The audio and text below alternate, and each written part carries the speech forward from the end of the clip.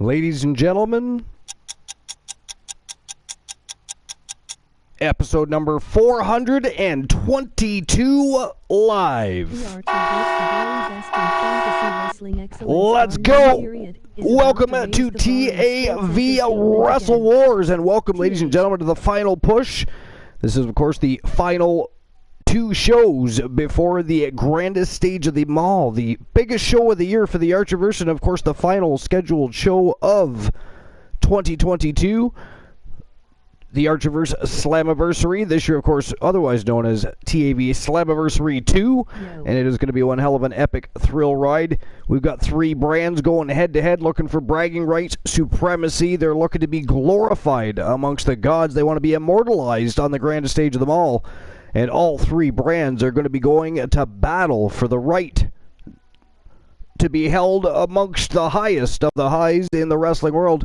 And tonight we're going to get the final push started. We got some faction wars. We've got some rivalries from the past rearing their ugly heads, and of course we've got a couple new rivalries that are going to be clashing. It's going to be like the Clash of the Titans tonight. It's going to be one hell of an epic thrill ride tonight as well.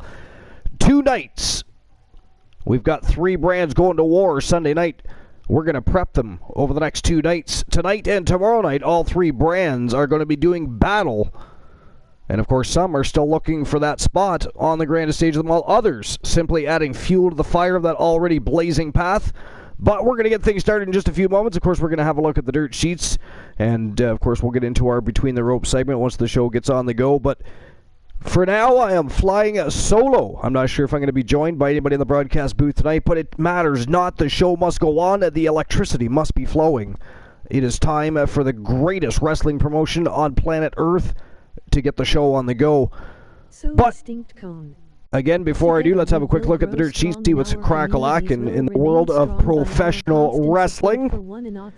Of course, there's been a little bit of villainy going on since Survivor Series, so we're going to have a look and see what's happening there. Just give me a moment. Had to get the dashboard open first so I know what's going on. Make sure I'm not getting tripped up in the chat room. People like to sneak in and drop swear jars and everything else when I'm not paying attention. We want to make sure that does not happen. That is ghastly.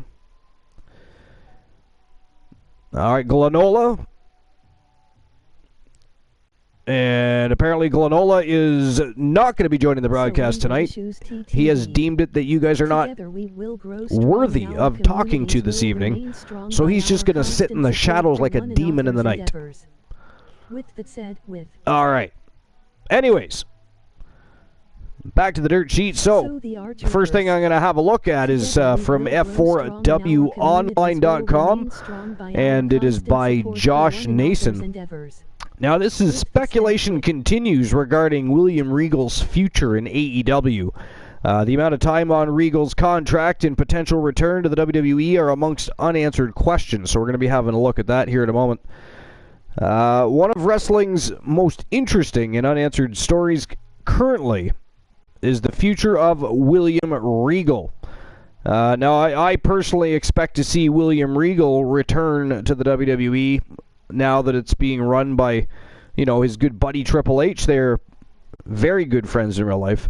Triple H has the utmost respect for William Regal and his mind for the business and what he's capable of doing. And what he's capable of doing is producing stars. And I just don't think he's going to get that opportunity in AEW. I really don't. The vision of that company has changed immensely over the past year at least.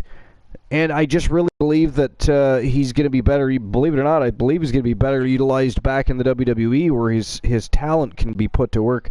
I think there's too many chefs in the kitchen in AEW, if you will. Too many captains on the force. And everybody, I mean, there's even a lot of, like right now, apparently there's a lot of people that are literally booking their own storylines. I mean, that is fantastic for a company that would like to go global and be recognized as a competitive business to the WWE. Let's just let everybody that comes into our company write their own storylines, and we'll book that, and we'll put it on TV. That sounds like exactly what they should be doing. But anyways, Neither here nor there, but I do not like it. It is a terrible, terrible idea. Should not happen. There has to be some control over the mothership. There must be control over the mothership. But anyways, in recent days, there has been speculation that Regal is returning to WWE in some kind of backstage executive role, given his past connection to WWE's Paul Triple H Levesque. That speculation caught social media fire after Levesque tweeted a montage of Regal saying War Games on Saturday during Survivor Series. And if you have Triple H on Twitter, you can actually find that tweet right on his Twitter. So at this point, Regal is believed to still be under AEW contract, but the length of the deal is the main question, which neither Regal or AEW's Tony Khan have publicly commented on. In discussing the rumors Monday, our Dave Meltzer said Regal had said he had signed a 3-year deal with AEW, but that something was going on. He also said there was some off-the-record information that he was given, which he was not allowed to discuss. Meltzer didn't have any new information on Wednesday's Wrestling Observer Radio following an AEW Dynamite that saw MJF take Regal out following the new AEW World Champion's in-ring promo. Regal was bloodied up in the mouth, stretchered out, and taken away in an ambulance, which some took to mean he was being written off in storyline. On Thursday, Fightful reported that talent believed Regal's contract could be up this month, a topic speculated about during this past weekend's WrestleCade event. After 22 years in the company, Regal was released by WWE in January and debuted for AEW at March's Revolution. Eventually starting the Blackpool Combat Club, he turned on Jon Moxley at this month's Full Gear, which led to MJF winning the title, and on last week's Dynamite, Moxley confronted him and told him to leave. While MJF gave the background for when Regal aligned with him during the aforementioned promo, there was still no explanation from Regal as to why he decided to turn on Moxley.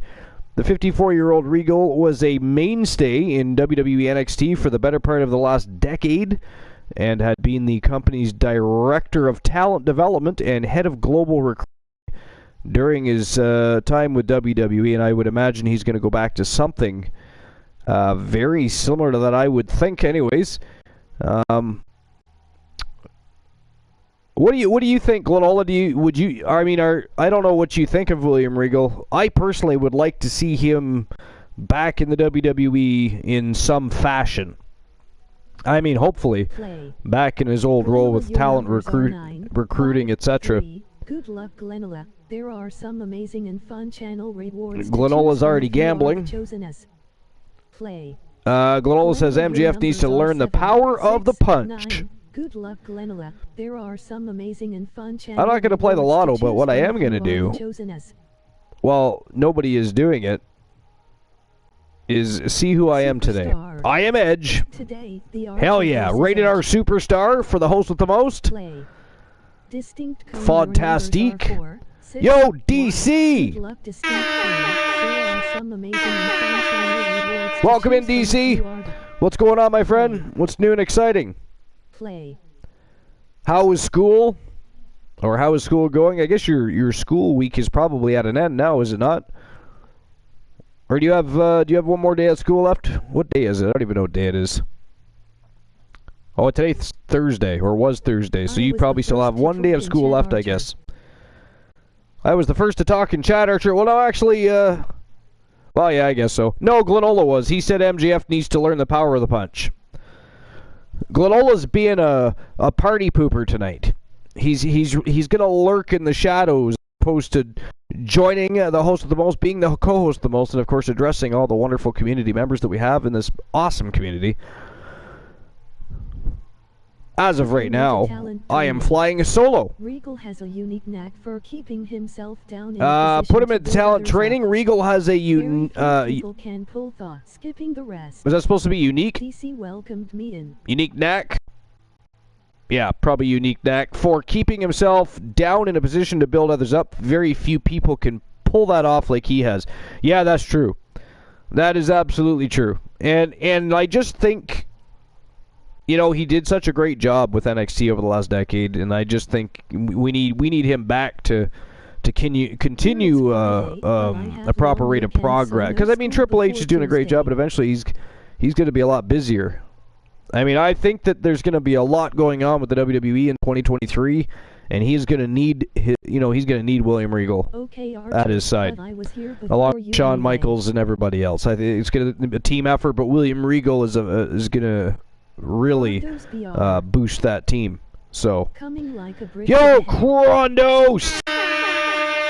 What's going on, Krondos? What's new and exciting? Coming like a brick to the head. Distinct cone. What about you, Kronos? Would you like to see William Regal back in the WWE, utilizing his talents in a company that actually wants to utilize him for? I think the problem with AEW is they don't need William Regal, right? William Regal's talents aren't necessary there because you know you can come out of a bingo hall after just having a sloppy wrestling match with the janitor down the street, join AEW and start writing your own storylines and booking them. I mean, so, you know, William Regal is not, you know, there's no real necessity for somebody with the visions and the brain power of a William Regal. DC school is fine. I have a lot of homework, but I'll get done. How about you? A lot of homework. Oh, that is ghastly. That is ghastly, DC. Sorry to hear that. You got home. I mean, unless it's homework you enjoy, then, you know. If it's homework you enjoy, that's... I mean, is it shitty homework or is it good homework? So there is such thing as good homework. Some homework is fun. It just depends on what you're doing. I love William Regal. I love William Regal, but I loathe AEW. Kronos, you just got a high five, my friend. You didn't see it, but I high-fived you. It was a virtual high five. I agree. Love William Regal, loathe AEW. Here's the thing, I liked AEW. There was a time when AEW first started up and they were a company with a vision. You know, I liked them. And the first few pay-per-views they did put on were fantastic. Now, what I said back then was, it's great that you can put on some events, but when you have to do it week in, week out, 52 weeks of the year, how are you going to fare then? We now know the answer, and the answer is... yeah, pretty much that. Boo.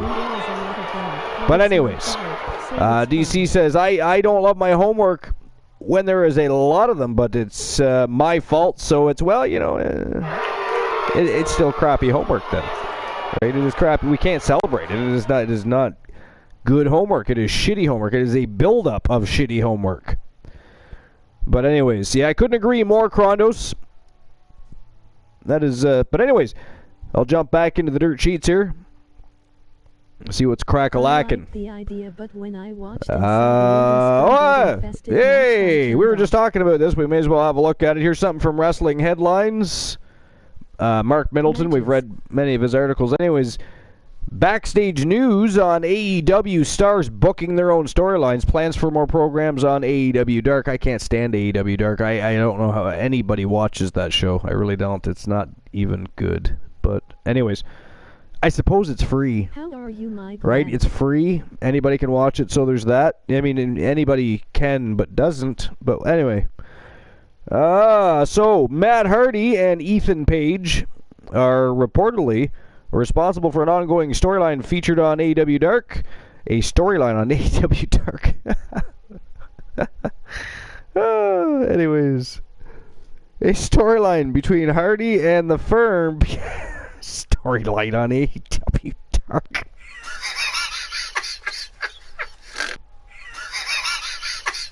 Oh, that's good. Oh, boy. Let's put storylines on the show nobody watches, guys. That's what we're going to do. You know what? Let's do that. Let's create a show that we're not even going to run. Nobody's going to watch it, but we'll have storylines for it. You just keep writing in the create a roleplay and vignette section. Oh, my God. Anyways, the storyline between Hardy and the firm began back in October and since has expanded to involve Private Party as they continue. They have such unique names, don't they? As they continue to team with Hardy. While the program focuses on Hardy and Page for the most part, several others talents have been involved. Shocking. Several talent being involved in one segment or storyline. Oh, it's good. This article's cracking me up. Anyways, a new report from Fightful Select notes that Page and Hardy were excited to work together for the storyline, and that the program was most entirely creatively developed by them. You know, so it wasn't created by their creative team that, you know, creates storyline. Yeah, no, they don't. That creates television. Or lack thereof. Never mind. I'm just going to keep reading. A new report. I already read that. Oh wait, no. A new report from Fightful Select notes that Page and Hardy were excited to work together for the storyline, and the program was developed by them. The storyline had featured various elements, including Page deciding who can use the twist of fate. Deciding who can use the twist of fate. All right.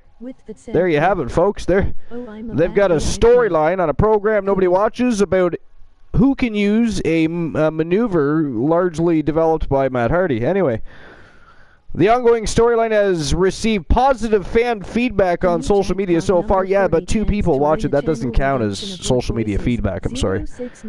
That does not even count. How dare they? That is misinformation right there, ladies and gentlemen, if I've ever seen it. Other than Christian actually being cool. You know, that's misinformation right there. Yes, it is, indeed. But anyways, the storyline was also featured on AEW Dynamite. Oh, hey, look at that. They're progressing a little bit. They're trying to take a storyline on a show nobody watches and put it on a show that a couple people watch at least. And other recent Dynamite shows as Stokely Hathaway, who owns Hardy's contract along with Private Party. Oh, yeah, I forgot they did that. Who owns Hardy's contract along with Private Party, told Hardy to get back to the back as he posed for the crowd. Page mentioned how Hardy will help him win the Dynamite Diamond Battle Royal. Dynamite Diamond. See, I can't even say the fucking shit. I don't like it. I don't fucking like it. Dynamite Diamond Battle Royal. I mean, Dynamite Diamond Battle Royal, which is next week, by the way, so that they can go on to challenge the winner of Ricky Starks versus the AEW World Champion MJF at Winter is Coming. At Winter is Coming, folks. You know. Motherfucker, it's December and there's already snow on the ground in most places, and they're talking about winter is Christmas is coming, motherfucker. Not winter. Christmas. Winter is coming. And by the way, what a stupid name for a pay-per-view. Winter is coming.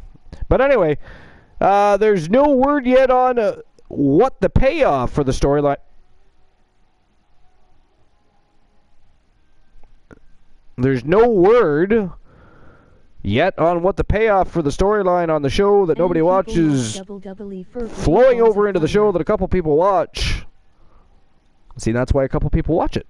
I mean, why are you going to tune into a show to watch people with a storyline and they don't even know what they're doing? They have no idea where the storyline's going. There's no direction. There's no guidance. That's crazy. But anyways. But we will keep you updated. And you can, of course, see some of the recent tweets below if you go to WrestlingHeadlines.com and check out this article. Well, that was a whole lot of weirdness, you know? A whole lot of weird. Life is Great is in the house. What's going on, Life? What's new and exciting? Hello. I'm just catching up on chat real quick. Yo, Mad Dog is in the house. And Mad Dog already has shared. Looks like everybody already has shared it. The mods are already all over the duties for the evening. Fantastique. Yes. I applaud my mods. I do have fantastic mods. Oh yeah. Oh, I have a fantastic community too. You guys are awesome. But anyways, I'm here for you, friend. I mean, I could use a back scratching. Fresh coffee. I could use a co-host. I could use a co-host because the co-host with the most shit the bed. And Froggy has not shown up yet. Actually, I'm not sure if Froggy's actually joining the broadcast, but I did invite him. Boss Apollo is MIA. We think he's being subdued by Queen Apollo, chained up in the basement. I think he's been naughty lately, but doing things he's not supposed to be doing. And Queen Apollo laid the smack it down on that Boss Apollo ass. Mad Dog says, I don't think I have you on PS. That is disgustingly ghastly. How dare you admit such a disgusting and vile thing? Live on episode number 422, only 3 days away from the grandest stage of them all. Mad Dog, I should ban you. I should ban you. I should flat out ban you. How dare you? I'll join you, Ash. Chrono says, I want to AKO Glenola. I think that's a great idea. Somebody should AKO Glenola. I'm fully behind that idea. Fully behind that idea. On PS Archer.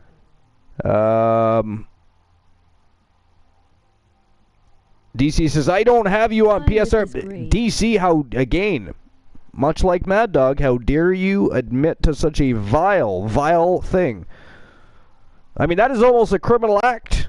Here he is a co-host. That is almost a criminal act. So with this grade, together we will grow. I mean, can you type exclamation point follow into the chat, please, for me, Mad Dog and DC? Do that for me, please, shall we? Let's have a look to see how long you've been following the Archerverse, and you aren't part of the broadcast team yet. Follow. It's disgusting.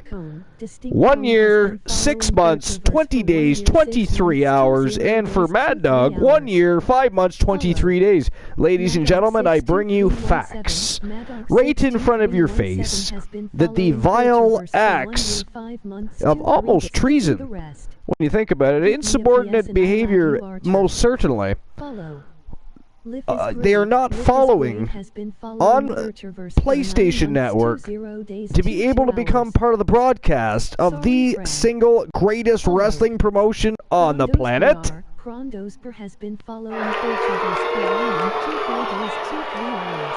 The late night place to be, the most must-see show on Twitch TV. You are not part of the broadcast team yet after 1 year, 5 months and 23 days. 1 year, 6 months, 20 days, 23 hours.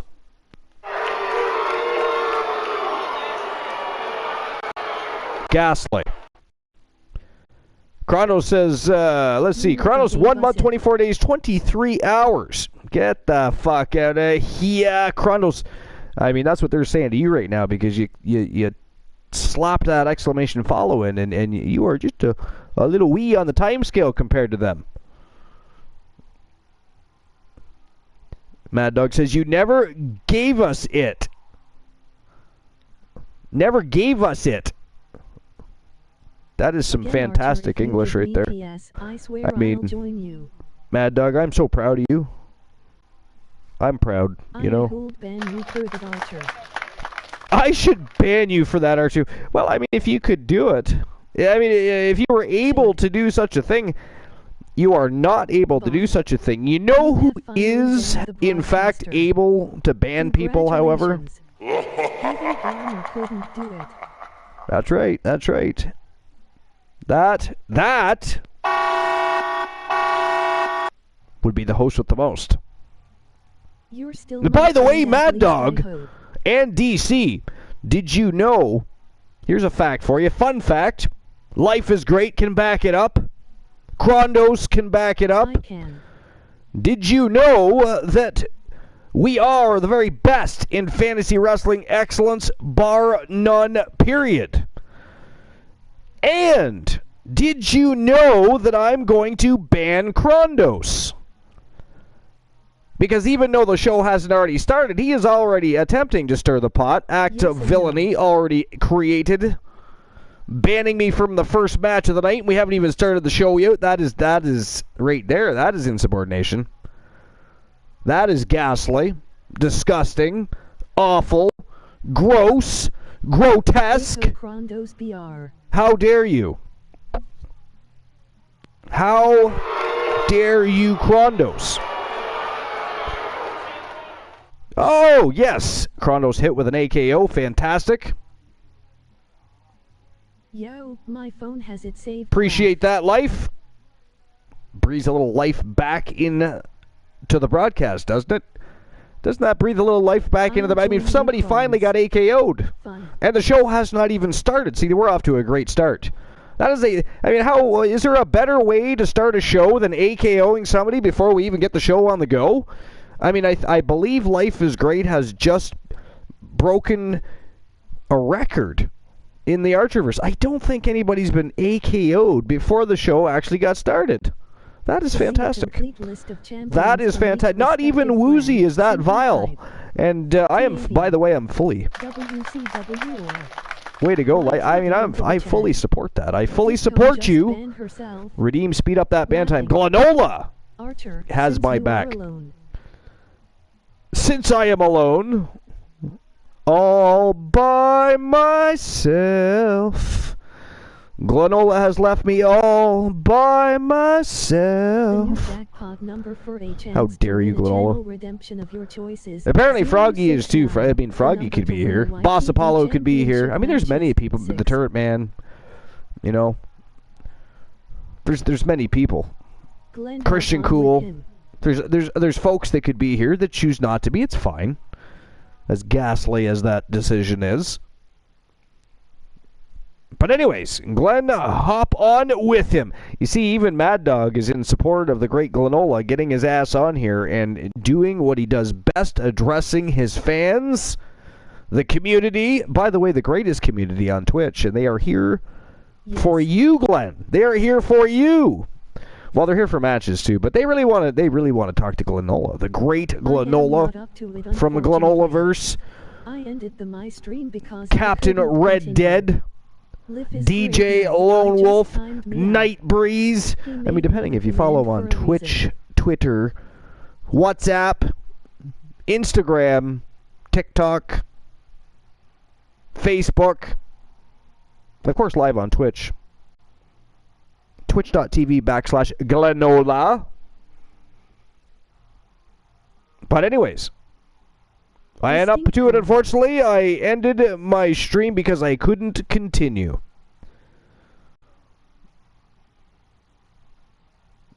Superstar switch up. Life is great. No, I just timed me out. Yeah, I mean, DC likes to slap that self-destruct button. It is so cool.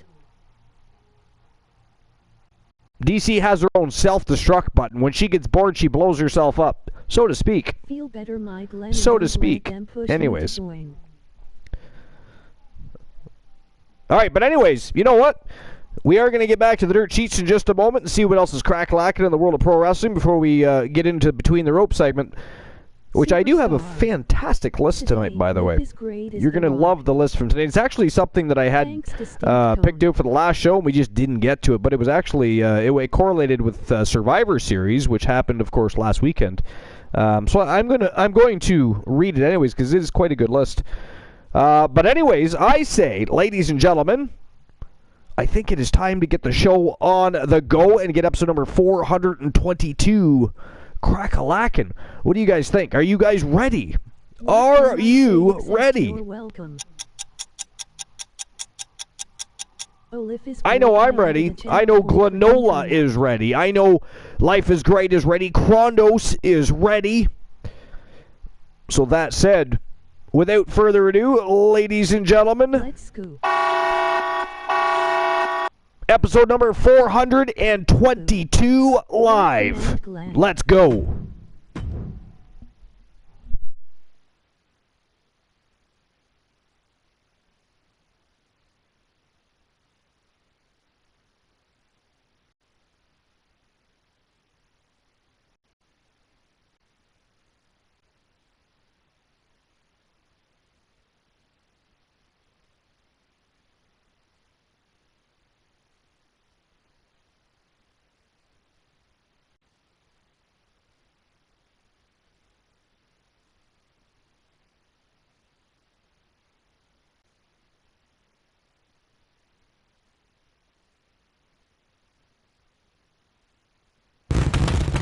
And here we go. 9 matches of pure fire. The final push is underway.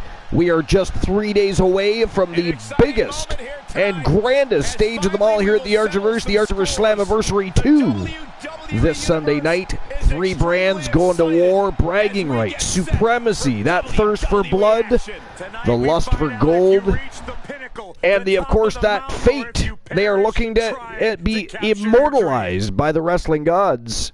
And of course, after Slammiversary, some will even be immortalized as legends. So make sure you pay attention to everything that falls out after Slammiversary, because of course we're going to have our very first, our inaugural Hall of Fame show here at the Archiverse, and we're going to be inducting streamer teams, tag teams, individuals that have been around since the Archiverse 1.0 are going to be immortalized. And of course, we're going to have our Superstar, Men and Women Superstar of the Year awards. We're going to have Most Improved and Most Underrated. It is going to be a fantastic time. And of course, while those awards are being distributed for the evening, we're going to have ourselves some matchups involving those very folks that were inducted. So it's going to be a great night of great matches. And of course, we're going to put people on a pedestal, teams, superstars, streamer teams, all on a pedestal exactly where they deserve to be as we induct them into the Hall of Legends. They are amongst the very first to be inducted, and it is going to be a lot of fun. It's going to be a good time, and these people deserve a little extra recognition for their time spent, being fantastic streamer teams, having great superstars circulating on the shows, forming tag teams, alliances, factions. I mean, it has been an awesome time over the last 2 years with all of you. And this is going to be our very first show, our very first award show. And again, it's going to be sometime, I don't know exactly the date yet. I would like to speak to Christian Cool. I would like to speak to the Turret Man. I would like to speak with Glenola and Woozy and Boss Apollo and, of course, Joe Link, Froggy Mothlegs, and a few others. I would like to speak to all of you, and we, of course, will address each and every one of you. But I would like to speak to a certain group of people and discuss when exactly after Slammiversary we want to do this, and what day we're going to. I would imagine it's going to be a Saturday or a Sunday. I would probably lean towards a Sunday, because then we could have a stream preview style show to really set the tone for future shows as far as awards and Hall of Fame shows go. So that is my thought process for that. Is I want to make sure it is, I mean, again, it is our inaugural Hall of Fame show, and I want to make sure that it sets a bar, and we will rise above and explode the roof on that bar for next year. But in the middle of the ceremony, I want to make sure that the first show is enjoyable, entertaining, and we have the right people being inducted. And we've already, over the last couple weeks, on the Archiverse Discord, of course, been deciding who we would like. There's many people. There's quite a list of people that are still around, even from the Archiverse 1.0. So it's a pretty good list of people, and there's even people that we haven't mentioned yet because we didn't want to make the list too big. I mean, because there's going to be other awards, so we're going to do 2 award show a year going forward, and so people will get inducted as time goes on. But there were certainly people that needed to be inducted first, and the people spoke, and we have our inductees. Now, what people need to be voting on in the Archiverse Discord, and you can go there right now and do it. If somebody wants to drop the Discord link, you can go there right now, and you can decide who we want as the Men's and Women's Superstar of the Year, who we want as the Most Improved Superstar of the Year. Again, there has been one person already nominated, so to speak, or brought up as somebody that should be considered as a most improved superstar. And truly, I would have to add them to the list. I don't know if they're going to win because there's other people like Lil Joy Nightmare and others I could name, but Tenacious B definitely been on a tear. But he's a very new superstar. He's a YTD sensation and has been having some great luck on the main roster. Whether or not anybody's going to induct him into a Hall of Fame this early in his career, that's neither. Now, to win an award, yes, he could do that. But for Most Improved of the Year, there's going to be a list a bit above Tenacious B, I would think. but he certainly does belong in discussion, right? So there's that. So I can give you that. But all right, ladies and gentlemen, before we get in to the dirt sheets again, we're going to get the show on the go. We're going to get the tone-setting match of the evening, and check this out. We have the Bloodline. We got Solo Sikoa and the Usos taking on Phenomenal Soul, the Soul Man Jay Simmons, the Phenomenal Joe Lincoln, and of course Black Machismo Jay Lethal. Phenomenal Soul ready for action. The Bloodline ready for war. And they better be, because they both are heading to this Sunday night's show of the Immortals, the Archiverse Slammiversary. And what a show that's going to be. Make sure you do not miss it. But I do need to find out one thing. I got to have a look at the chat real quick. I don't know if anybody opened any betting lines, so I'm just going to open, or I'm not going to open anything. I'm going to have a quick look, make sure I didn't miss anything. Together we will grow strong. Our communities will remain strong by our and no, nobody's opened any betting line. Okay, so anyways, if somebody wants to open the betting line for this match, it has to be done before the first bell rings. Otherwise, no betting line will be open to the next matchup. Joe Link opening up that betting line. All right, Joe Link, I'll get the betting line open for this matchup right now. Give me a moment. Open 3. Let's see here. Open 4. Okay. Life is great, seriously life. Every time I'm about to do it, you do it. So Joe Link. Together we will grow strong in our communities. So who walks out with the W? Our constant support for one another's endeavors. With that said, thanks for. Is it going to be the Bloodline? Who is my or the Blueing? Oh my good God. Or Phenomenal Soul. Play. Joe Link, your numbers are 2, 6, 5. As usual, 5 minutes to make your bets. Fun channel rewards to choose from if you are the chose. Bloodline. And there we go. Betting lines are open, so you guys have 5 minutes to make your bets on who you think is going to win this match, at the Bloodline or Phenomenal Soul. And without further ado, ladies and gentlemen, it is time to get the electricity flowing. Get everybody revved up, amped up, and ready to rock and roll. It is time for the Bloodline versus Phenomenal Soul. The first match of the night. Let's rock and roll. It is go time. Let's go. All right. Okay, Cone, we can all shout out everyone all the time. And just 3 or 4 shout outs for everyone. I mean, that's going to be a lot of shout-outs for the evening. If you shout out everybody all night long, everybody that comes in and out, 4 times, that's a lot of shouting out. You guys are going to be some busy bees. The following contest is a busy bees. team match. On the today, Joe Link is Trish Stratus. Way to go, Joe Link. 41 pounds. Snow. All right. Mad Dog thinks the Bloodline's going to win. Mad Dog, you better put your money where your mouth is, sir. And by the way, how dare you betting on the Bloodline? Y'all hear that? He's voting for the Bloodline. Life is Great is The Rock. Way to go. Life is Great. You are the people's champion. The people's champ. Life is great. All right. What can I say except you're welcome. Oh my God. I cannot believe you even went there. Life is great. I'm just for this one time, for the one time. I mean that is gaslight. Let's see. Mad Dog says they always win. How dare you, Mad Dog, for putting that out there? And they don't always win. They do not always win. They do win a lot, though.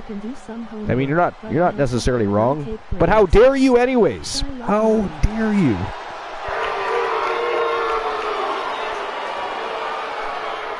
I mean, what do you guys think? Y'all think the Bloodline is going to take out Phenomenal Soul, or do y'all think that the Bloodline are just a bunch of chicken shit punks? What do you guys think?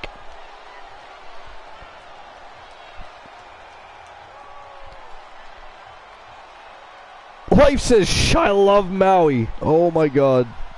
Oh, we're even talking about it. I mean, the implication, life was grand enough. We really didn't have, please do not name anything else involving that particular genre currently. Please. Thank you. I would appreciate that. Bloodline is a bunch of posers. Thank you, I agree. Public Enemy is here. Actually, Leo, you are just one of Public Enemy. Therefore, a member of the Public Enemy is here.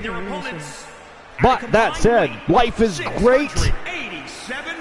You really are crazy. The whole Maui thing, and you know, I hate you right now because now I've got the song bouncing around between my ears. And Leo the King, welcome in, Leo the King. What's going on, Leo?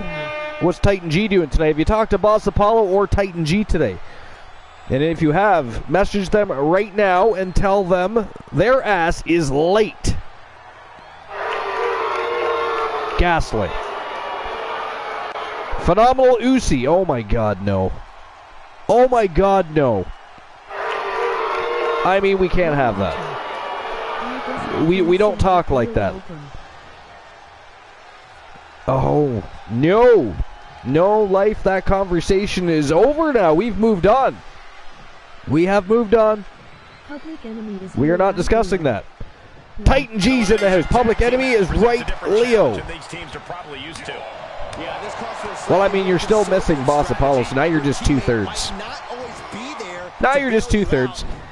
It is still false advertising, right? It is false advertising because the Public Enemy is not here. Two-thirds of Public Enemy is here.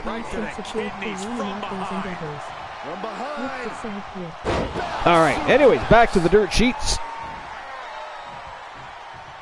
And by the way, time has run out for the betting lines for those that were tardy and didn't manage to bet. How dare you? Okay, let's see what else is going on. Here's something from Ringside News from just a few hours ago. It actually says NXT star claims that Mandy Rose does the V-trigger better than Kenny Omega. I find that interesting. Subajit Mukherjee, we've read many of Subajit's articles before. It says Kenny Omega's in-ring skills earned him a global name and fame, especially thanks to his work in New Japan Pro Wrestling over the years. He has competed against the best of the best the pro wrestling world has done. He has not faced Elijah Archer. He has not faced Christian Hart. He has not faced Kyle Riley, Joe Lincoln. This is lies. False advertising. How dare they? But anyways, and further honed his craft. His V-trigger is known as one of the most devastating knee moves in pro wrestling, but an NXT talent believes Mandy Rose does it better. Mandy Rose has been utterly dominant as the NXT Women's Champion, having already crossed 400 days. 400 days! Right? 400 days is a long time as champion. 400 days as champion. So congratulations to Mandy Rose. But anyways, during the during this week's NXT, Rose was part of a 6-woman tag team match. During the match, Rose hit a vicious flying knee strike on one of her opponents. NXT star Edris Eno took to Twitter and commented on a clip of Rose hitting her knee strike, as he claimed that Rose performs the V-trigger better than Omega does.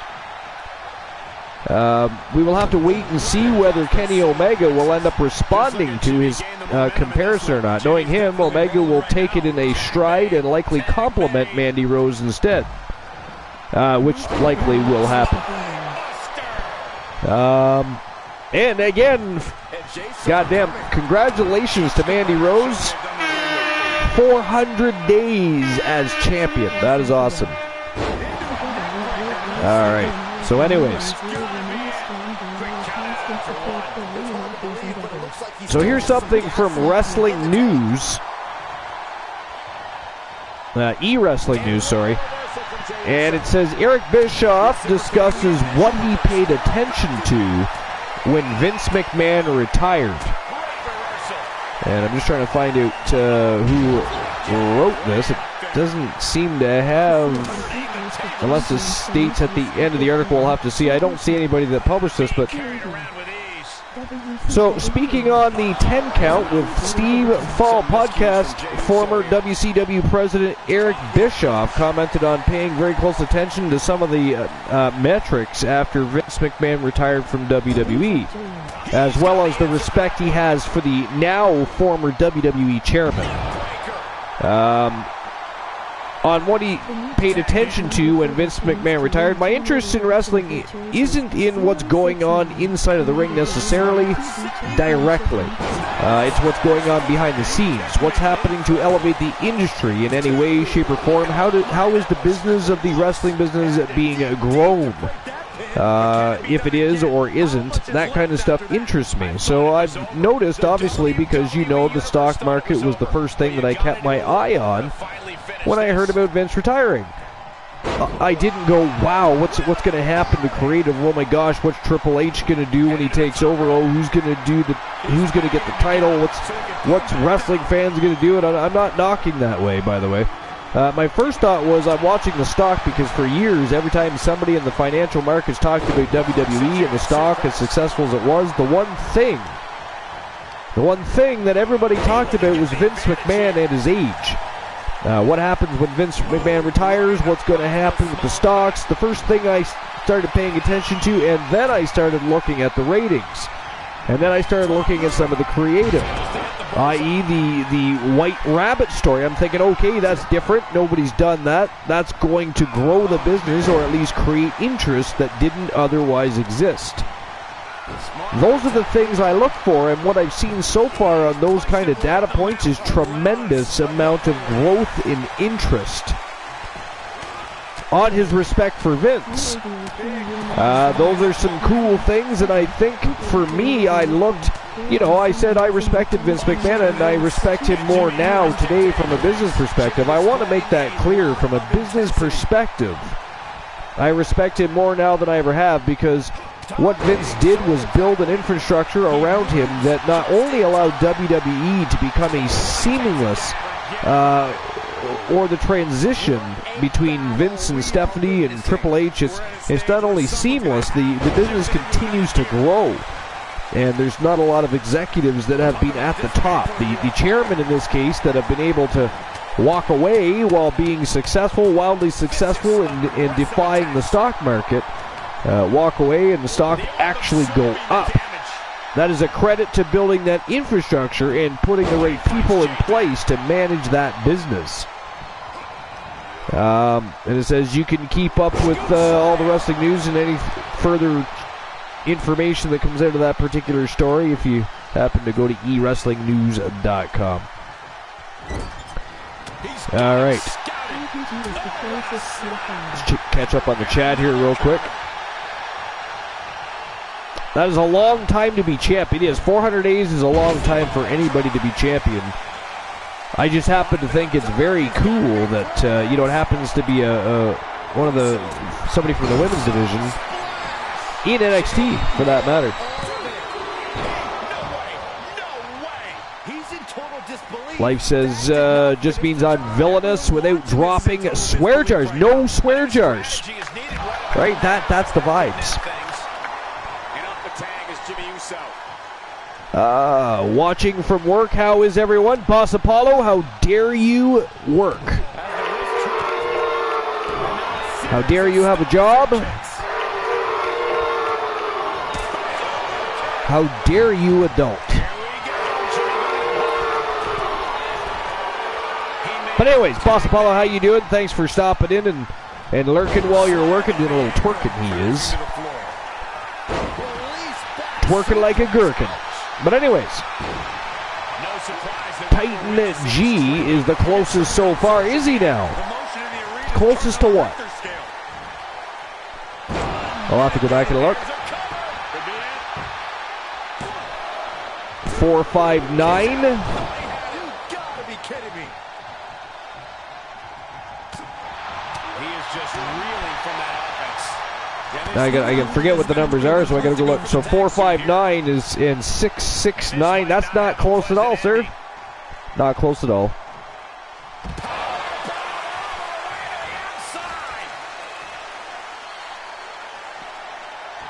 I'm just looking to see if there was another number that came closer than that.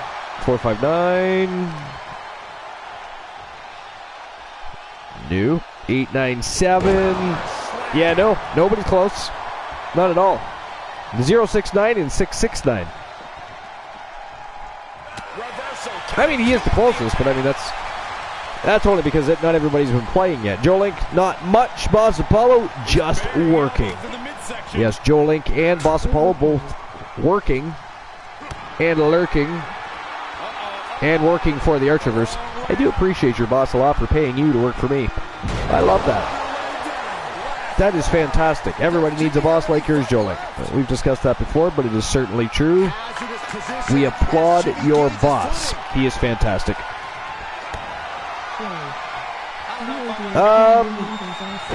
683. Now that is close because it is 669. So now Leo the King is close. And that is for the YTD Championship op.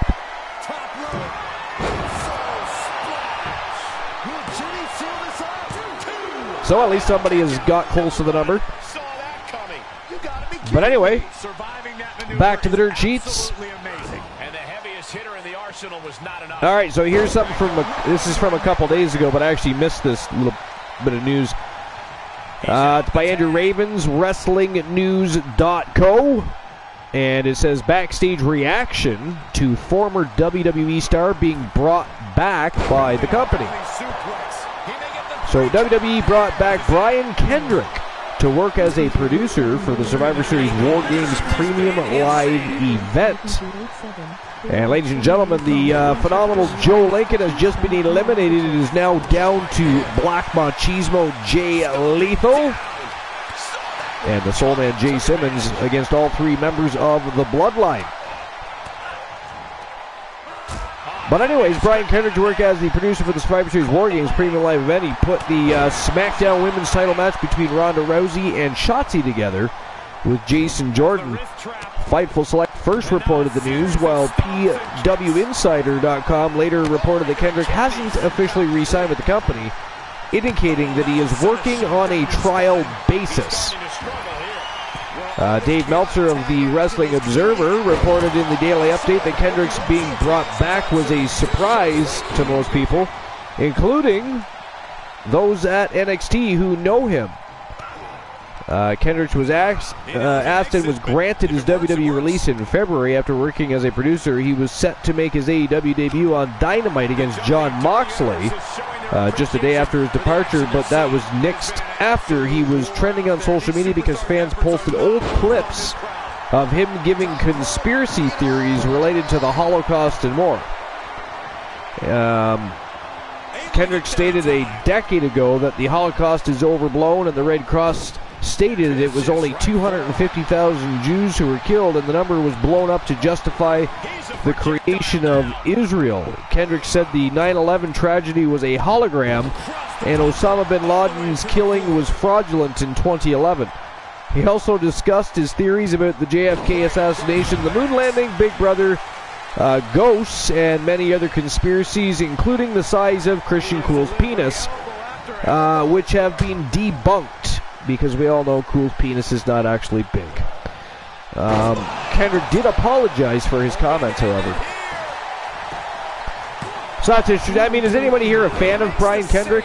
I mean, I personally am not a big fan of Brian Kendrick. I mean, I did like his body of work when he was teamed with Paul London. I thought they were a pretty good tag team. They were, of course, at the time back then, the longest reigning tag team champions in SmackDown history. Jay Lethal is taking it to the Bloodline. Yeah, well, somebody needs to, because right now the Bloodline up 3 members to 2 over Phenomenal Soul. Was ready for that. Glenola says, I enjoyed him in WCW.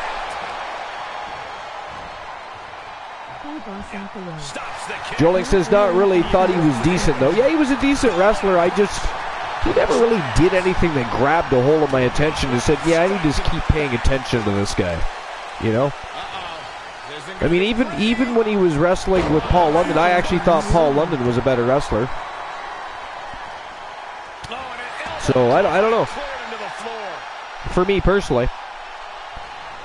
Mad Dog says, see, Bloodline will win. Can somebody ban Mad Dog, please? How dare he put that out there? Phenomenal Soul could still make a comeback. Jay Lethal and Black Machismo are formidable superstars and can hold down the fort and pull this off. It is possible. Not according to Mad Dog, ladies and gentlemen. So anybody that is a fan of Phenomenal Soul, send all of your hate mail directly to Mad Dog 62317. Send it all to him. And remember that it was he who said that. He who put that out there in the universe. The Archerverse.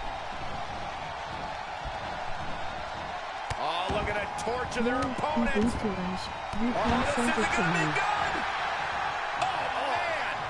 DC says, no, be good to Ash. You can send it to me. To the arm. Headed to the top now. So you can send all hate mail related and correlated that you wish to direct to Ash to DC. He could pin his opponent right here. It's over. Going to the rescue. Ooh, near fall there by Jay Lethal. Wow, big flying body splash there on Solo Sikoa. And he's going upstairs again. He is not finished. And Phenomenal Soul needs to pick up a pinfall here, or a submission, a knockout. Not a crash landing, though. That was not what they needed whatsoever.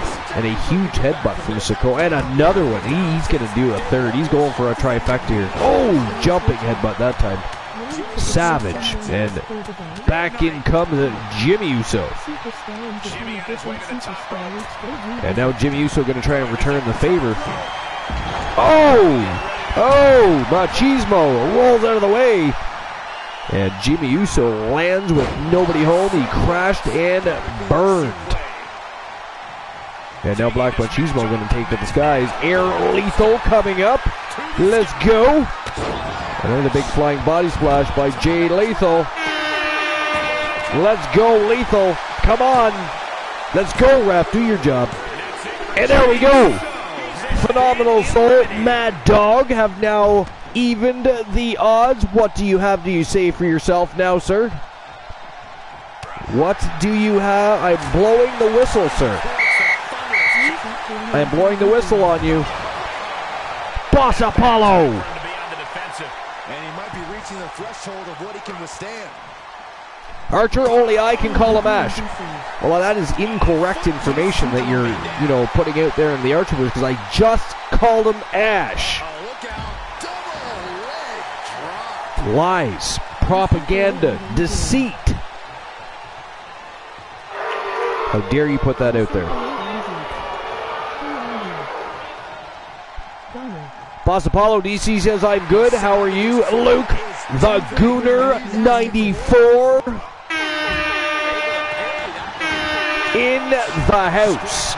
And anybody that wishes to talk to the great Glenola tonight, you cannot because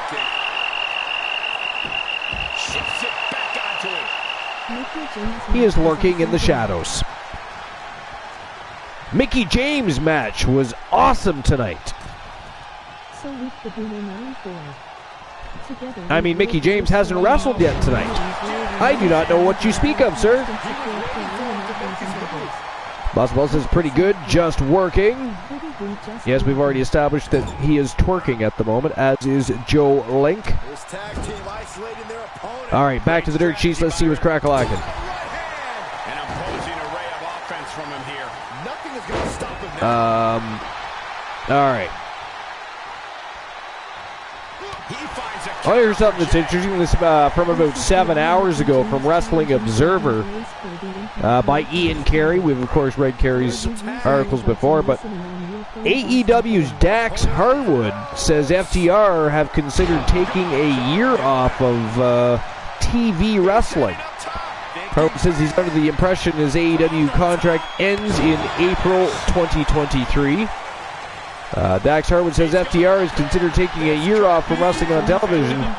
Harwood spoke to Fightful recently and noted that he believes FTR's AEW contracts expire next April. He also said that he has loyalty to both WWE's Paul Triple H Levesque and AEW's Tony Khan. Hunter took a chance on us in 2015 and he put the tag belt on a relatively unknown, relatively unproven tag team. And he let us run with it, and then gave us American Alpha, and he gave us Enzo and Cass, and he gave us DIY, and he gave us all that platform. Harwood said then we went to the main roster and things happened. When we were ready to go, Tony Khan picked us up, so I have loyalty to both of these guys for what they have done for me and done for my family. Cash and I have talked about our deals come up at the end of April. I would have to talk to my lawyer, Mike Dawkins, but I think that's right, the end of April, and we've even thought about it. What if we took a year off of TV wrestling? Take a year off TV wrestling, maybe, and do things that excite us. We've been able to do that quite a bit this year, starting with the Rock and Roll Express match. Harwood continued. If we do take a year off TV wrestling, I don't think you'll not see us. You might not see us mainstream, but it would be so Cash and I can, one, rest our bodies, and two, we can do things that make us happy and bring joy to us. As noted in Wednesday's Daily Update, Harwood also spoke about CM Punk during the interview, also known to the great Glenola as BM Punk. A man who obviously has his detractors, and sometimes the detractors, and not just in AEW, around the wrestling world, and sometimes the detractors are louder than him and get their news out more than him. But again, it all comes from a place of passion. When he first came into the company, I remember talking to Cash Wheeler, and I said, if this motherfucker comes in, and if he says something to me about how I dress code or whatever, we're going to have a problem. And he came in and he was the complete opposite. He had his door always open, invited people in, watched matches of young wrestlers that asked him to, stuck around until the end of the show, and anybody that had questions, he would answer questions. He loves wrestling just like me. Unabashedly as a professional wrestling fan, just like Sasha Banks, I talk to him every day, and whatever he decides to do, I hope it brings him happiness and joy because he deserves it. So that's interesting. I mean, personally, I want to see FTR back in the WWE. Not taking a year off of television, but I mean, if they choose to do so, I would completely understand, and they all need rest, so I'd rather see them rest than burned out. Let's see. Luke DeGunner said it was versus Deanna. Mickie James challenging Jordan Grace for the Impact Knockouts title. Mickie James, Jordan Grace can't wait for it. Joe Link says, are you using earbuds and listening on your phone, Boss Apollo? On my phone, yes I am. Awesome. Are you doing the same, Link? Yeah, that's what I do, especially when I'm doing something, so I hear stuff, but may not see it. Boss says, I know, right, but usually I just go in the break room. And Joe Link says it is 2-1 now. Mad Dog says, oh, come on, Bloodline, don't let me down. We boo that man. How dare he continue to support the flailing shitbirds from the chicken coop. How dare they think they are all that in a bag of chips. And takes that, Mad Dog. Ladies and gentlemen, the winners of the match walking out of this match with bragging rights. And by the way, walking into this Sunday night's second annual Archiver's Slammiversary winners. From Team Joe Link, from Team J Negative Gaming, they are the phenomenal Joe Lincoln, the Soul Man, Jay Simmons, and of course their partner in crime, Black Machismo, Jay Lethal. Phenomenal Soul are your victors of the first match of the night.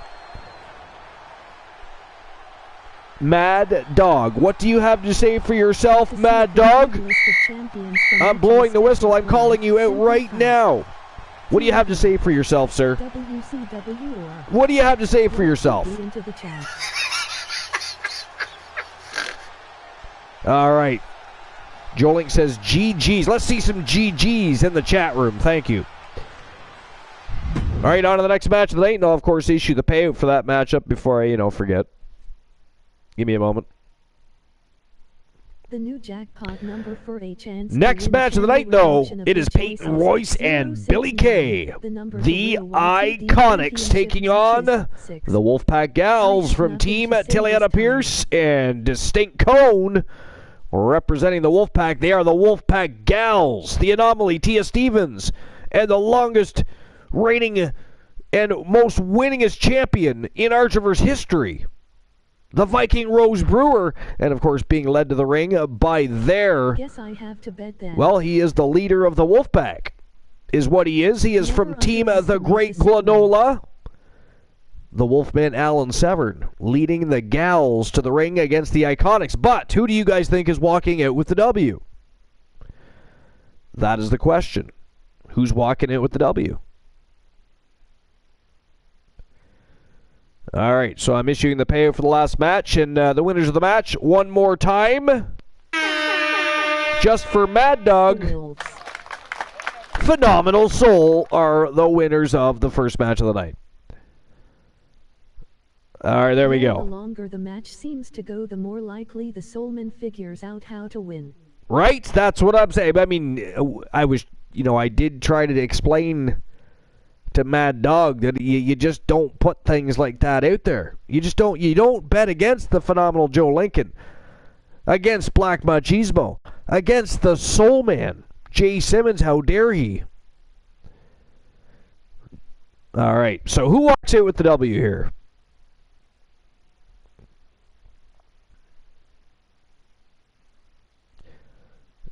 The Iconics. Or, not Iconica, Iconics. There we go. Glenola, stop laughing. I do not care. You're not on the broadcast. I can hear your gears turning and your belly moving as you push out that forced laughter, that sarcastic grin on your face while you're doing it because I put Iconica instead of Iconics. How dare you?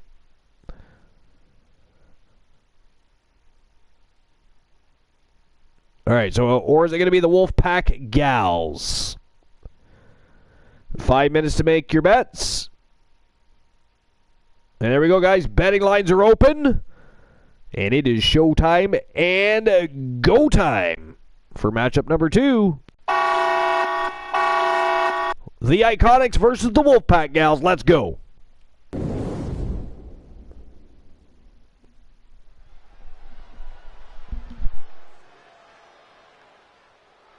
We'll get back into the dirt sheets here in just a moment.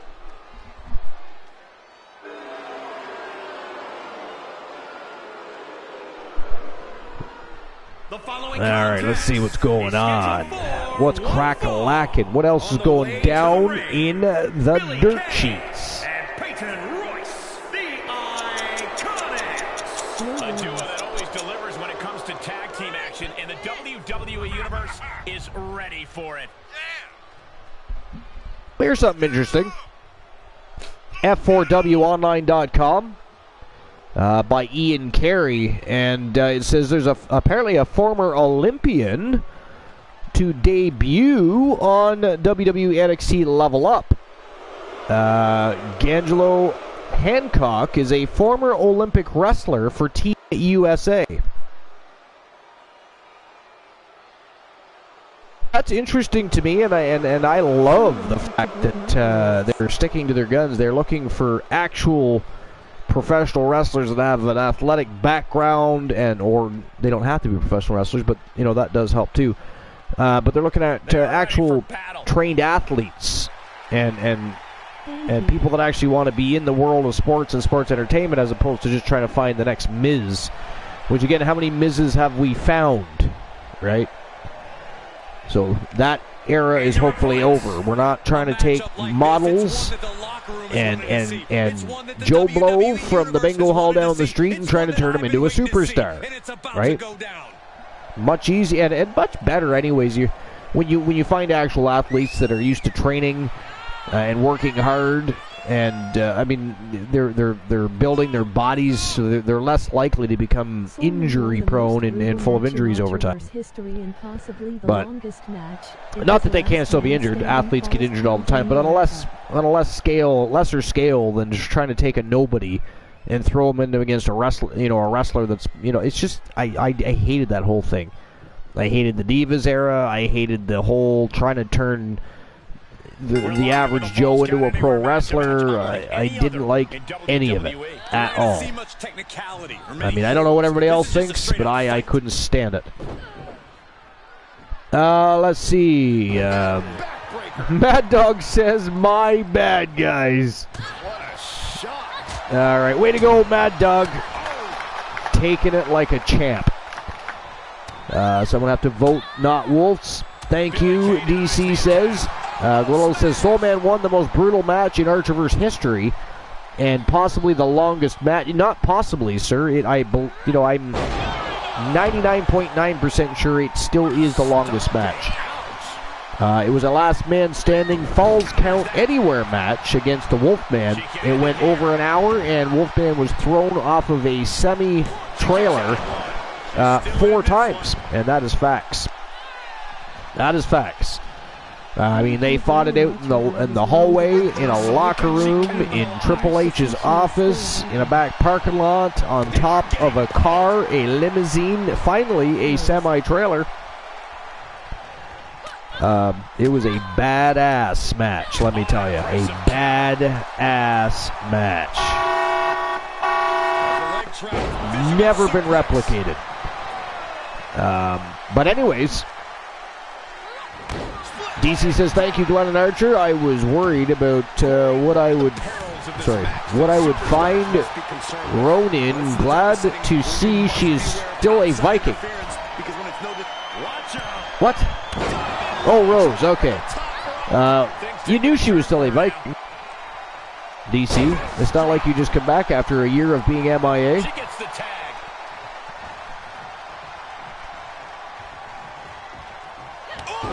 Or do you mean when you first joined up, you were worried about the direction and the future of the character, and were worried it would, she would no longer become a Viking? And you're happy. Here we are 2 years later, almost anyways, and Rose Brewer still a Viking and still whooping some ass. Okay, gotcha. Yeah. And by the way, DC,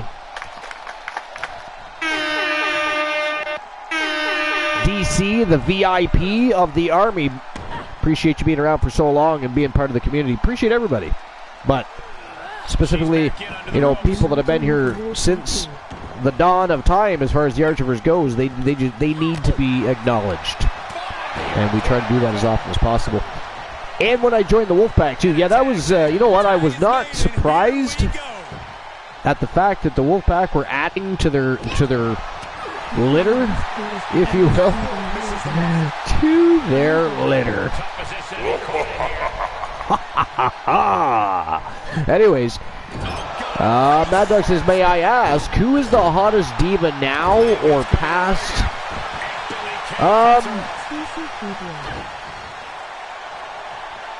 Nah, Stacy Keibler wasn't the hottest. I mean, Trish Stratus was hotter than Stacy Keibler. Stacy had long, really long, I mean, her legs went all the way up and made an ass of themselves. So, but she was definitely not the hottest. Yeah, Trish Stratus, as far as the past goes, I think currently, I think Alexa Bliss. I think Alexa Bliss is pretty hot. The only thing is she's really tiny. I'd be afraid to break her. I know she's a professional wrestler, but, you know. She's so little. But she's hot. I think she might be the hottest diva right now. Oh, Liv Morgan's pretty hot. There's quite a few that are pretty hot these days, but you know, specifically speaking. The T clearly setting in. Yeah. But yeah. Okay, Mad Dog, who do you think is the hottest male? Well, inquiring minds want to know. Let's go.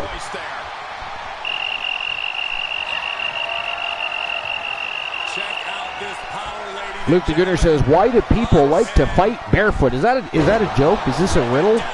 Or do you actually want to know why people like to fight barefoot? Because I actually want to know the same thing. I think it's silly. I think it's also a liability. I don't know why they allow it. Julian says, yeah, currently I agree that Alexa is the hottest currently. Yeah, Alexa Bliss is hot. No question about it. Mad Dog says Roman is the hottest male superstar. Okay. Does anybody else agree with that? Do you guys all think Roman Reigns is the hottest superstar on the roster? And by the way, Mad Dog, I applaud you for answering that question. Way to go, Mad Dog, because everybody else, you know, a lot of people just would have, you know, so there's that, right? They would just, there's that. DC says, Luke the Gooder, if I get a better grip to be the ground, and there gives a better chance. What? It get a better grip to the ground, and therefore gives a better chance. I must have messed something. I gotta go back and look how I should ban them both for making me read shit.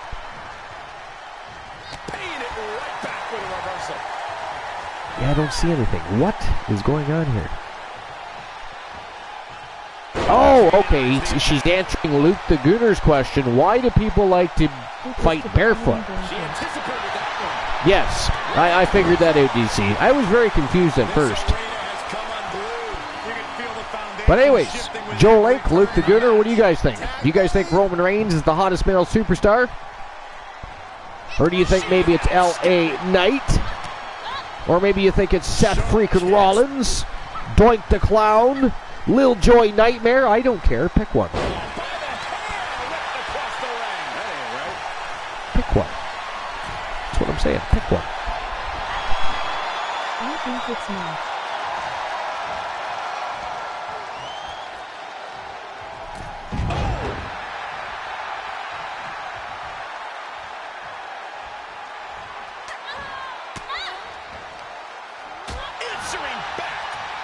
DC says she thinks that it's Knight. It's L.A. Knight. What do you think, Archer?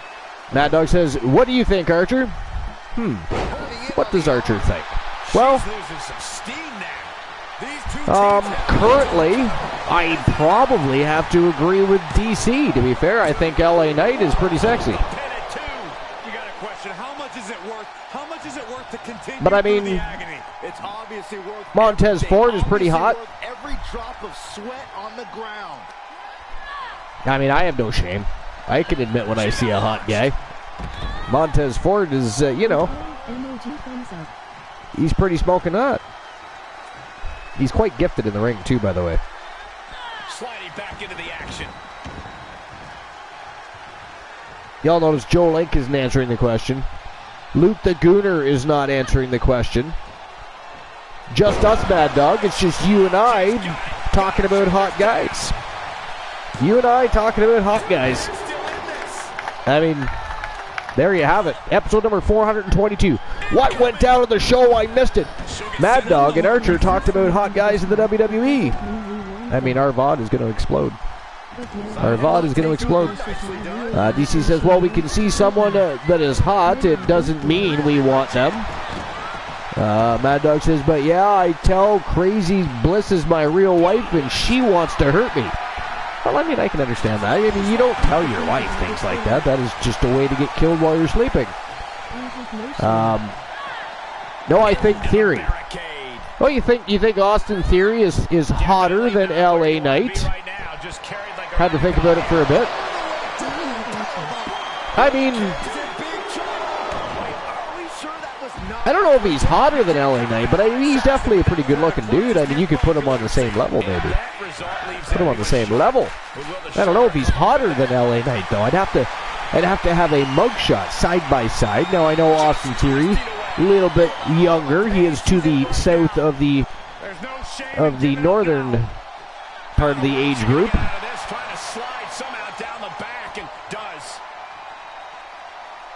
Mad Dog says, I have no shame.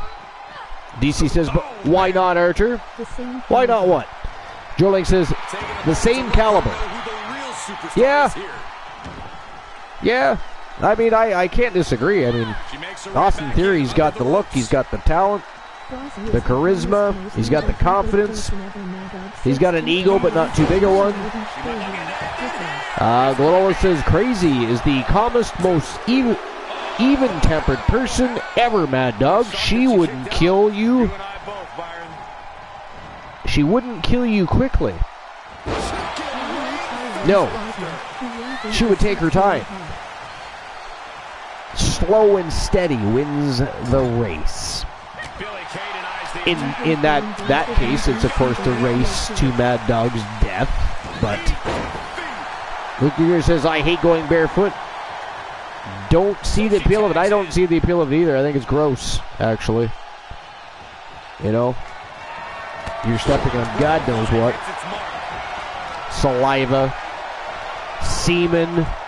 You never know. Good God. But anyways, all right, let's get back to the dirt sheets here.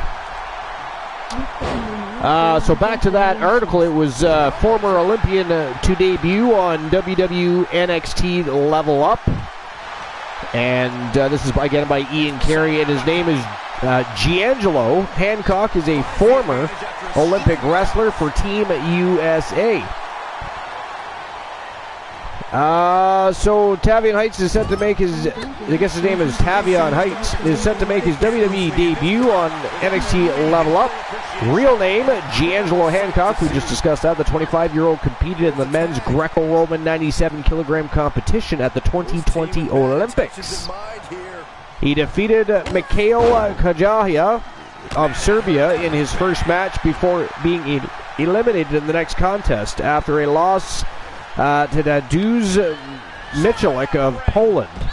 He won the gold medal at the 2020 Pan American Championships, bronze at the 2019 Pan American Games, and bronze at the 2021 World Championships in the same category. WWE announced on Thursday that Hancock will wrestle under the name Tavion Heights and face Channing Stacks Lorenzo on NXT Level Up this week. The match was taped on Tuesday from the WWE Performance Center. Heights took part in the WWE's tryouts in Dallas over WrestleMania week earlier this year. I read that same line way too many times. He was later confirmed as one of the 17 recruits to begin training at the Performance Center in August. Heights is a former Olympian, and he will make his WWE debut and bring his Greco-Roman style to the squared circle against the hard-hitting Lorenzo. WWE NXT Level Up airs Friday on the WWE Network and Peacock beginning at 7 p.m. Eastern Time. Very interesting. So what do you guys think about that? What do you guys think? Impressive reversal there. Another reversal.